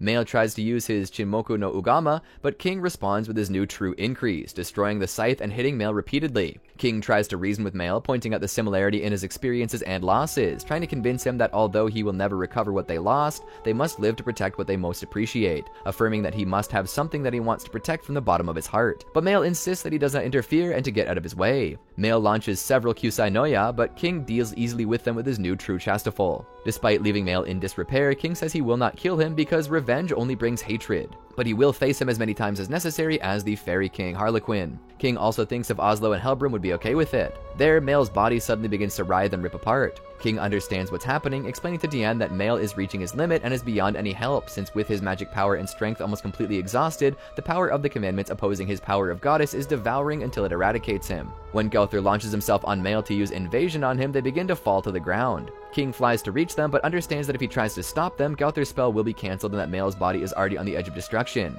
King decides to entrust the situation to Gowther. When Gowther is expelled from Mail, King tries to reach him to prevent him from falling. However, Gowther is saved by Mail, who returns to his original form after being saved. After returning to the ground, Diane, King, Elizabeth, and Hawk contemplate the terrible release of demon power from Camelot. King senses that the magic powers of Escanor and Merlin are there, so they decide to go help them. There, a strange light comes out of Hawk's eyes, revealed to be Bon, who finally returned from purgatory. King claims that Elaine's eyes must be a spot on when she chose him. While waiting for Elizabeth and Gowther to return from talking with Mail, King remarks the urgency of reaching Camelot. Diane asks if Merlin and the others are fine sharing her worries. King grows a great tree from the ground and uses it to create a new suit for him. When Diane asks about Chastafal, it's revealed that King already sent it to Camelot to attack the original demon. As Mail joins Elizabeth and the Sins, everyone starts their way to Camelot. On the way, King maintains control over Chastafal and uses it to fight in Camelot despite only being able to use a single form at a time because of the long distance. As the original demon cuts the blade of Chastafal, King changes it to True Sunflower, but gets surprised when its attack is blocked by Zeldris. King faces Zeldris with True Increase, but the demon manages to deal with it, claiming that he's only doing a useless resistance. King then uses True Guardian to deliver several physical blows that hurt him, asking if this is also useless resistance. There, Zeldris reveals to them that they are not the only ones approaching Camelot, leaving King shocked as the 4 commandments that Mail had expelled are also going to Camelot to be absorbed by Meliodas. King laments the fact that they could not make it in time to save Meliodas from becoming the Demon King, but Merlin refuses to give up and prepares Chrono Coffin, a forbidden magic to suspend Meliodas' cocoon in time. As Zeldris and the original demon attack Merlin to stop her, King along with Escanor block their attacks. King then continues to fight Zeldris with True Guardian while Escanor is defeated by the original demon. When Escanor is defeated and sent flying, King takes charge of instructing Mael to take root in order to catch and save him. After surprising Escanor with his new appearance, King reminds him of the situation in Camelot that must be getting worse without him there. When Escanor offers Mael to give him back Sunshine to him, King gets surprised to discover that Sunshine was originally Mael's grace. Upon reaching Camelot, King uses True Increase to, along with Elizabeth and Diane, help Ludociel protect Merlin from Zeldris' dark matter.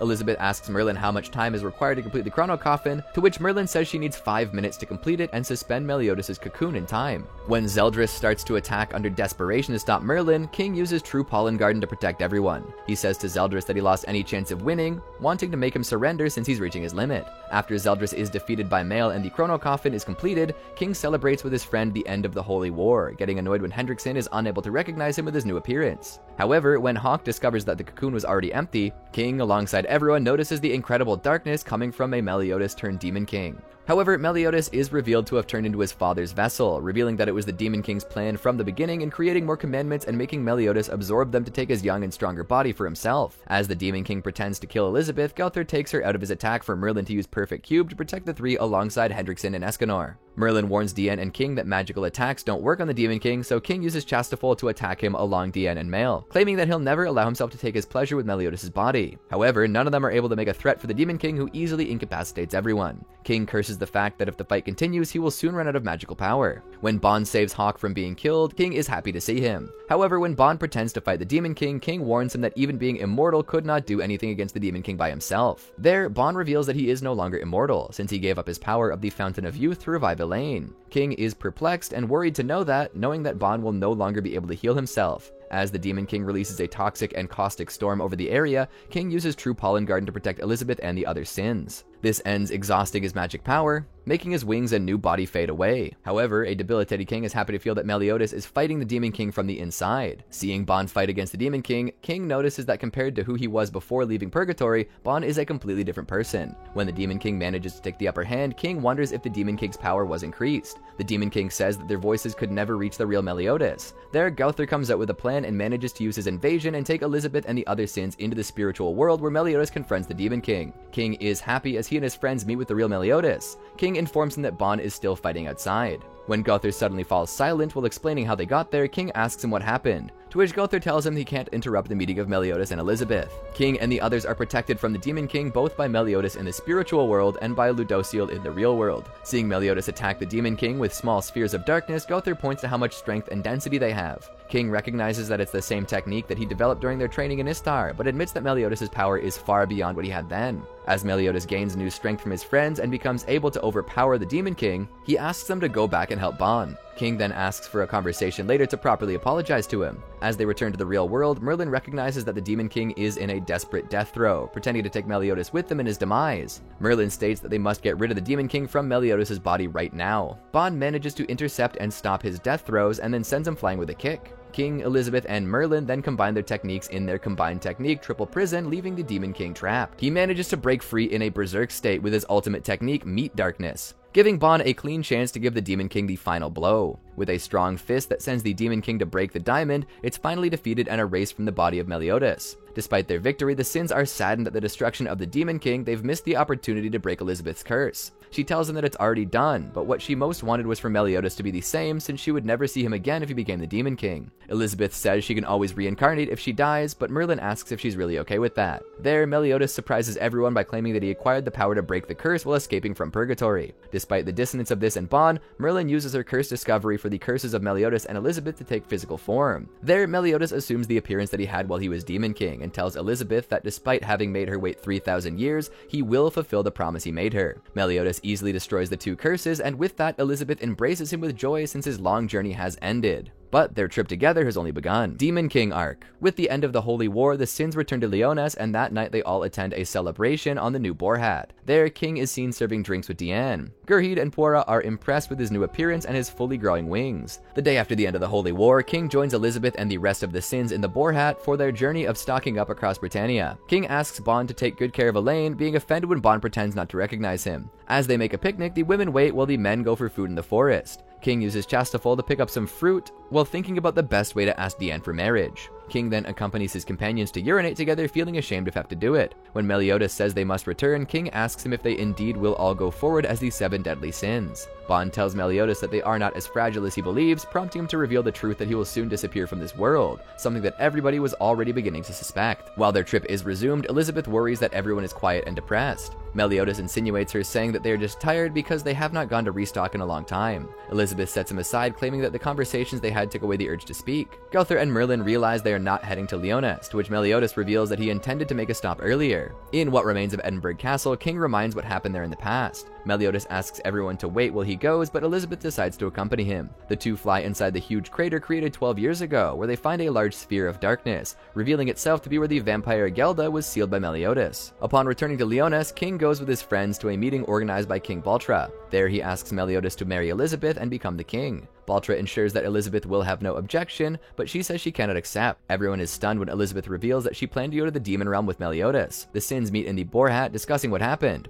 A drunk Diane asks Merlin many times what the demon realm is like, and she explains to her that it is a polluted and corrupted land covered in miasma which no other race than the demon clan can survive, as the bodies of other races are prone to rot and decay there, but Elizabeth should be fine with her powers. Meliodas agrees with Merlin that Elizabeth was always determined, even when she presented him with the demon-hitting stigma 3,000 years ago. Gowther asks him if he has no regrets in that world. Meliodas says he would have liked to have seen his son having a scuffle with Bonds, but he also has a mountain of regrets. Since even though the war was stopped for the time being, the hatred between the Demon Clan and the other races had not completely disappeared, not to mention those lost during the war, including Arthur, whom Meliodas claims to have been a magnificent king. Meliodas laments for having worried about the last millennia to break the curse and having let his only little brother die twice, stating that he deserves to be in hell for this. The Sins deny that by claiming that he is a good person. King states that anyone could become desperate for the sake of saving the one they love. Meliodas thanks them for affirming that he is who he is today, thanks to the fact that 6 of them were always there for him. There, Meliodas declares the 7 deadly sins officially disbanded. The next day, Elizabeth and Meliodas have an emotional farewell at the entrance to the demon realm. However, before being able to cross the entrance, a gigantic rock is detached from a nearby boulder and falls over Elizabeth, seemingly crushing her to death. Everyone, especially Meliodas, cannot help but look on with horror that the curse was not broken after all. However, Elizabeth is saved in the last minute by Merlin, who teleported her to safety just in time.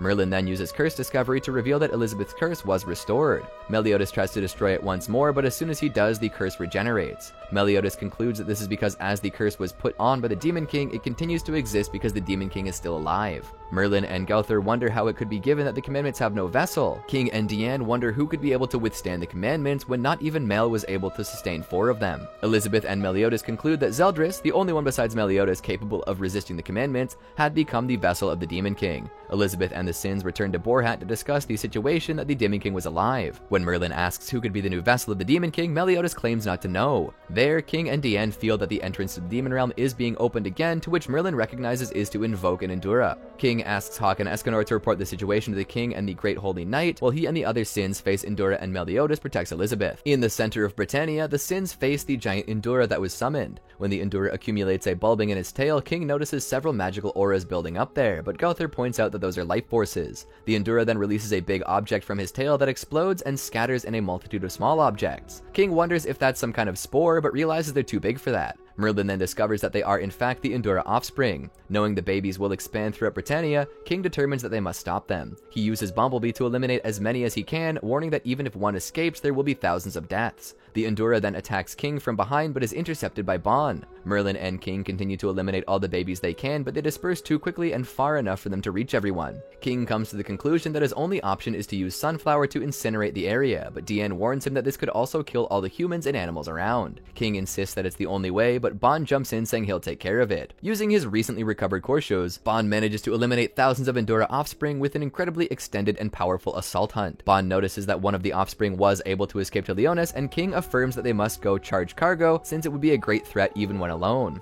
The Endura then launches the attack, but the Sins manage to finish it off with a combination of attacks. King uses Sabaki no Yari to attack Endura with Chastafol. In Lake Salisbury, in the middle of the fight with Meliodas, the Demon King notices that something is approaching at high speed. This turns out to be the heads of the Endura that Bon, King, Diane, Gowther, and Merlin have launched towards him. Meliodas wonders why they're there, to which Elizabeth says they come for him. With the arrival of the 5, King affirms that they are bound by fate. Meliodas angrily says that it's not their fight and orders them to return, but all the Sins express their desire to help. King states that if he really wants to see a happy ending at the end of all that, then it will be best if all of them put their strength together. As the Demon King is taking back from a combined attack of Merlin and Elizabeth, Merlin tells Gowther to take Meliodas inside the Demon King's soul and detach him from Zeldris while they try to distract him. Not wanting to allow it, the Demon King launched several dark slashes that Meliodas, Ban, and King are forced to intercept. The Demon King then attacks the others. Merlin teleports to avoid him while Ban takes Dian, Gowther, and Elizabeth. King uses True Pollen Garden to protect everyone and tells Gowther to use the chance to take Meliodas in. Gowther tries, but King's defenses are quickly broken, forcing Meliodas, Ban, and King to keep fighting. Merlin states that fighting the Demon King and protecting Gowther and Meliodas' bodies at the same time is too difficult for them to do. Suddenly, Escanor, having regained his magical power, stops a lunge of the Demon King with his arm. He recites a poem about how he's decided to offer his life for his companions, but Meliodas tells him to stop because of what will happen if he stays like that. As he starts to fight the Demon King, Escanor overcomes him with Divine Sword Escanor, saying that killing a god is the only way the fire inside him will go out. Dian questions that claim, but Escanor only tells Meliodas to save his brother while he manages the situation, since he will not be able to continue in that world if he accidentally kills the Demon King. Escanor then begins to cough and languish just when a Demon King, furious at his words, attacks him. However, Ban interferes, sending him flying with a kick, and then King rains his true increase. As King claims that he's finally found the opportunity, Gowther shoots an arrow from Herit that manages to hit the Demon King and successfully enters his soul alongside Meliodas. King continues to fight with the Demon King alongside Ban and Escanor, managing to take the upper hand. However, the Demon King manages to engulf them in a fiery explosion that leaves them badly injured. When Elizabeth heals the three, the Demon King attacks Ban while distracted, but Escanor tackles him and King and Ban hit him too. However, the Demon King manages to take no damage thanks to the unlimited magic provided by the lake. When Elizabeth's curse was about to kill her with a lightning strike from the sky, Meliodas returns from the spirit world in time to full counter the lightning from the Demon King. King is glad for his return, and everyone gets ready to show the Demon King the power of the 7 deadly sins. When Dian starts her Droll's dance, the Demon King recognizes her as the annoying technique that allows the giants to increase their fighting power. He then attacks Dian with his darkness before she can complete the dance, but is intercepted by King.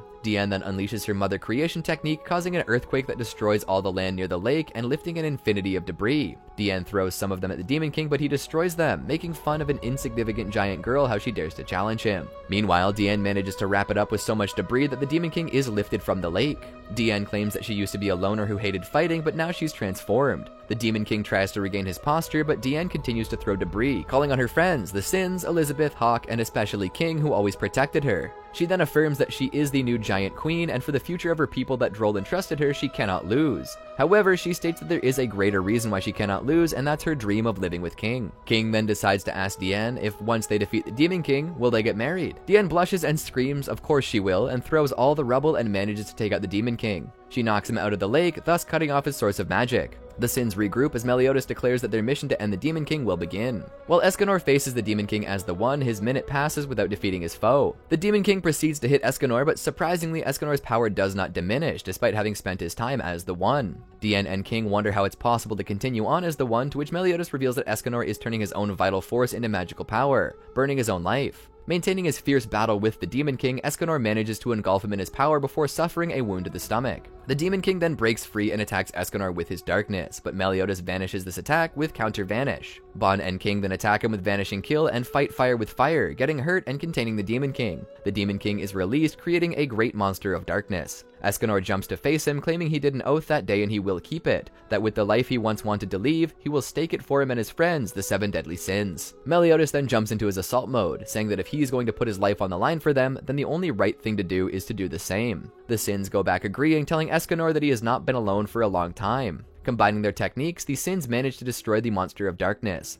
Escanor then tells everyone that it's too late to back out, so he'll give everyone an order, give him the honor of fighting at his side. Meliodas cries, saying they're a team to the bitter end. The Sins together are able to take the Demon King to his limit. There, with the Demon King practically defeated both in the spirit world and the real world, the commandments begin to leave Zeldris' body until they completely detach from him, allowing Zeldris to recover his physical body. However, the Demon King's conscience refuses to let his vessel go and tries to retrieve it. However, Ban snatches Zeldris away before the commandments can possess him again. Enraged, the Demon King rises and says that they can observe him. The commandments separate and disperse in the surrounding area. Dian and King notice that they're taking over every living being, rock and hill. Thus, the Demon King stands with a new, gigantic and monstrous vessel created from the same land of Britannia. King protects Dian from the expansive force with his pollen garden. The Demon King says he can see the faces of the people of Britannia crumpled in fear. He then shouts to be resigned to their deaths because there is no greater crime than opposing the Demon King. However, the 7 deadly sins make a completely confident face. The Demon King demands to know why they have that expression on their faces, to which King says that he has a wedding plan for after the battle. As the sins launch to the attack, the Demon King uses Death Zero to immobilize them with gravity pressure. He then tells them to be slowly crushed from existence as insects that have no chance against a mountain, as Merlin starts making some chance. The Demon King continues to make pressure in his technique, claiming that he will end the Holy War, having taken the life forms within that land as a vessel. King states that as a greedy king, he'll do anything to make sure Diane's goals are met. Merlin then uses Limit Breaker, rising hers and her companion's magic power to the absolute top, breaking the Death Zero in the process, but she warns her friends that they all must rest for a week after that. King launches his Sabaki no Yari along the other sin's strongest techniques that Merlin combines into a single powerful attack using Power Conversion Unify. The Demon King believes that his power, the ruler, will protect him, but Merlin reveals that the killer switch that Gowther has used was not an attack, but a spell that negates this power. The Demon King tries to destroy the combined attack with Death Zero, but the attack proves to be too powerful as Gowther remarks that he is not able to overcome the resolve within their hearts. Meliodas creates various clones that repeatedly use full counter in the combined attack, sending it back at the Demon King, multiplying its power each time. The Demon King cries that if the attack hits him again, Britannia will be damaged. However, with Merlin's approval, Meliodas sends the attack to the Demon King, killing him once and for all. In the resultant destruction, King uses True Pollen Garden to protect the rest of the sins. Then he and the sins fall out of exhaustion as a result of Merlin's power limit breaker. As Mael and Elizabeth heal them, King asks Bon how does someone get married, to which Bon calls him a fool. King states that he's basically his brother-in-law, something that Bon thinks sucks. Diane then calls for Meliodas to show that the commandments are still there. Merlin explains that despite their defeat of the Demon King, his power could revive after decades or centuries. Diane says that centuries fly by in no time, to which King agrees but Bon does not. Meliodas then unleashed his true magical power to destroy the commandments, causing a resonating between the 2 Demon Kings that affect the area. While everyone watches Zeldris and Gelda fly away, Escanor says it's time to do the same because everyone's waiting for them. Sadly, they say they must all return together,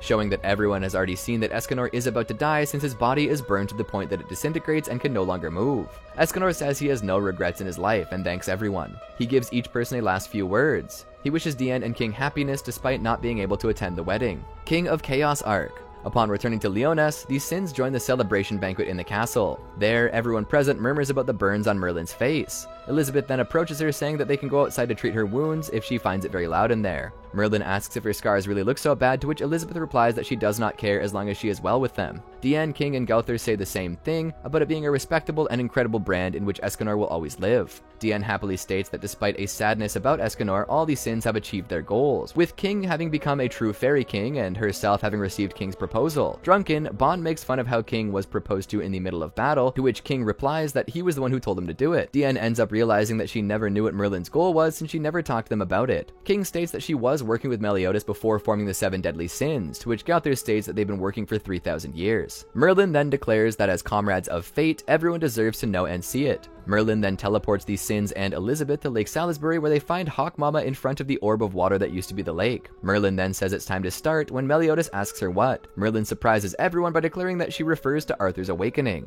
Upon putting herself over the lake, Merlin removes Arthur's body, still pierced by Excalibur, from the boar hat. She says that all the preparations are ready and asks the princess if she is ready, to which a voice from the lake asks if it's finally time to meet their master. As the lake water begins to shine and its light reaches Excalibur, Merlin tells Arthur that she was wrong since the sword was not the one that would kill him, but the key to advancing to his new stage. Merlin uses the key to unlock the door. After an explosion of light, Arthur wakes up having revived. However, he begins to act strangely as if his body aches. Merlin say that humans are the most polarizing of all races because they possess qualities of good and light at the same time as evil and darkness. Their very existence is the essence of contradiction, and this contradiction is a form of chaos. She declares the human chosen by the priestess of chaos will become the ruler of chaos. Meliodas asks Merlin to tell him what she did to Arthur, to which she replies that she already told him. Her goal was to wake Arthur, but as the king of chaos. Merlin tells Arthur not to reject the immeasurable magic that was granted to him, but to embrace it. Arthur tells her that he doesn't understand, that his body hurts, and asks for help. As his eyes turn black, Arthur starts screaming desperately in pain, to which Meliodas flies to help him.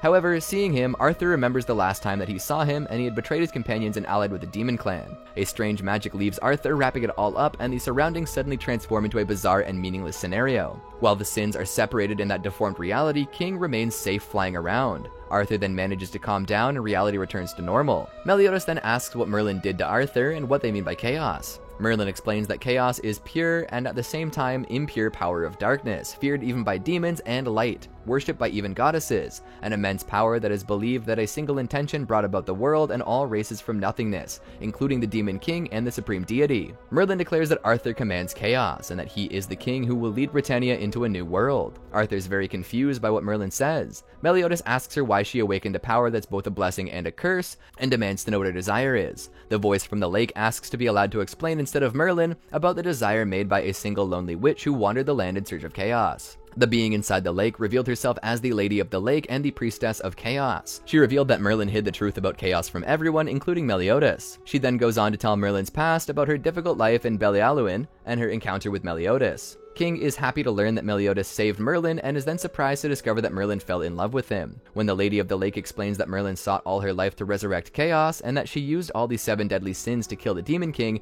Diane reacts very angrily, stating that Merlin is their comrade and that she doesn't know what she says. However, the Lady of the Lake reveals that Merlin was the one who asked the giant craftsman Dabuzu to create the coffin of eternal darkness to seal the Demon King and the Supreme Deity, also deliberately delaying the spell of the Chrono Coffin for the Demon King to possess Meliodas. She was the one who reactivated Elizabeth's curse after Meliodas destroyed it and finally made Meliodas launch their combined attack on the lake, all in order to achieve the goal. Diane and King are shocked in disbelief at that, and King asks Merlin to say something. Merlin explains that to revive chaos, it would not be enough to seal the Demon King and that the Supreme Deity, one of the two, had to be completely destroyed to disrupt the balance. Bond then asks if she knew that the Demon King would possess Meliodas and still allowed it. Merlin then adds that they needed another condition, an explosive magic to wake Arthur with the key, and for that was sending the attack to the lake, although she defended this, with which Britannia had been destroyed had she not done so. She also states that she reactivated the curse since she can't allow Meliodas to abandon the mission and destroy the Demon King. King, angered, tells Merlin that he thought that she was their friend. When Meliodas reproaches Merlin for using the 7 deadly sins to revive a being that may never exist, the Lady of the Lake states that chaos exists and that they have already been face to face with it for a long time. When King and the rest don't seem to understand, the Lady of the Lake reveals that they have been traveling on it, and all that time she's been waiting for her resurrection, leaving everyone shocked to see that she refers to Hawk Mama. There, Hawk Mama deflates, with King revealing that it was never a pig, but a shell made of multiple layers of moss, whose content, chaos, is now inside Arthur. Arthur then has another episode altering reality without noticing it. When Kath shows itself happy to see Arthur, he then devours one of Arthur's arms when it transforms into a monstrous form. The Lady of the Lake tells them that they must retrieve their arm or they will soon know how powerful even a fragment of chaos is. While Elizabeth heals Arthur, the Lady of the Lake reveals the true identity of the monster Cath Palug, who is after the power of chaos within Arthur. The monster then asks an affected Arthur if he can eat him now, creating a pocket dimension with the fragment of chaos he devoured, sucking Arthur, Elizabeth, and the sins into it. King regrets that he doesn't have a sacred treasure, but they're also still exhausted for the fight with the Demon King. After Arthur destroys the dimension in Cath Palug with a new Excalibur, he faints from tiredness in Merlin's arms. Elizabeth tells Merlin that they should take him to the kingdom, but Merlin just thanks her for healing him. Before Elizabeth can reply, she teleports them all away, claiming she can't keep up with them. As everyone is returned to Leonis, Diane asks why Merlin and Arthur were left behind, to which King says it would have been awkward if they had come after what had happened. When Meliodas says that Merlin must be smiling while they talk, King says that he understands that he was mad. While everyone laments later, King reprimands Bond for being insensitive when he remarks that Escanor is no longer with them. While the others express their concerns, Meliodas says that they can't leave Merlin and Arthur alone. Although King believes that they will be fine, Meliodas declares that chaos has not gone yet, and after witnessing the power that Arthur has, if he's not able to control it and yields to his own darkness, he will end up turning Britannia into a living hell and becoming a new threat. Diane asks why Merlin hid the truth about chaos from what Meliodas says they should ask her in person. There, Gowther intervenes, contemplating that if they really don't know the answer to the question. Gowther then expresses his opinion that reviving chaos was the desire that Merlin kept in the depths of her heart, not to differ from the rest of them, but everyone would surely have stopped her from carrying it out if they had known before. King argues that chaos's power is very dangerous and that Merlin used them, but Gowther disputes that all power is dangerous depending on how it's used, and that Merlin has also saved them many times. Gowther goes on to say that with all their wishes fulfilled, Merlin surely decided that they no longer needed her.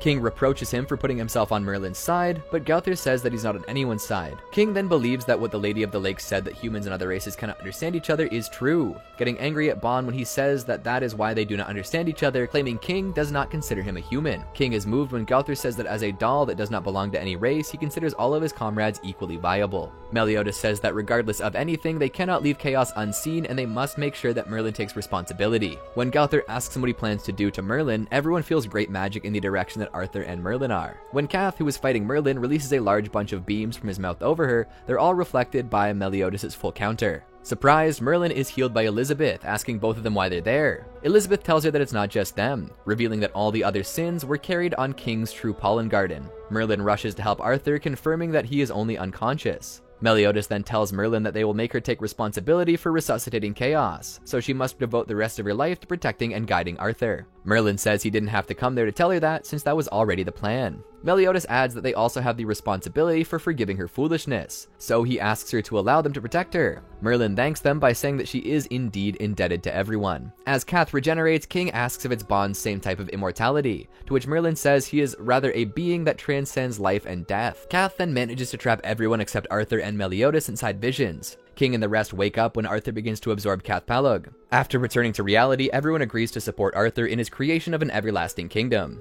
After defeating Cath, the Sins reunite in the streets of Leonis as they decide to part their own ways. King invites everyone to his wedding with Diane, and they promise to perform soon. But Bond mentions that they cannot know when a fairy and giant will believe it soon. When King asks about his plans with Elaine, they say that they'll take it easy with an ale-tasting trip all over Britannia, to which King says is Bond's hobby. After always vowing to be friends and comrades, King and Diane leave just like the other Sins. 7 deadly sins, cursed by light. 6 months after the end of the war, Diane and King celebrate their wedding at the Fairy King's forest. Although King has prenuptial nerves, Bond and Elaine cheer him up and the two have a beautiful ceremony. As the invasion of fairies and giants reach the forest, King uses Pollen Garden to protect everyone and free the giants and fairies with Seeds of Awakening. King recognizes that only a fairy king must be able to control the minds of the giants and fairies that way. King then goes to Leonis with the rest of his companions. When the supreme deity appears, King and the other Sins decide to fight her. Seeing that she's immune to physical attacks, King decides to use Sunflower, but it's revealed that she can absorb the magic of the sacred tree. The deity gets the upper hand and is about to destroy everything with her power until Meliodas arrives to help them.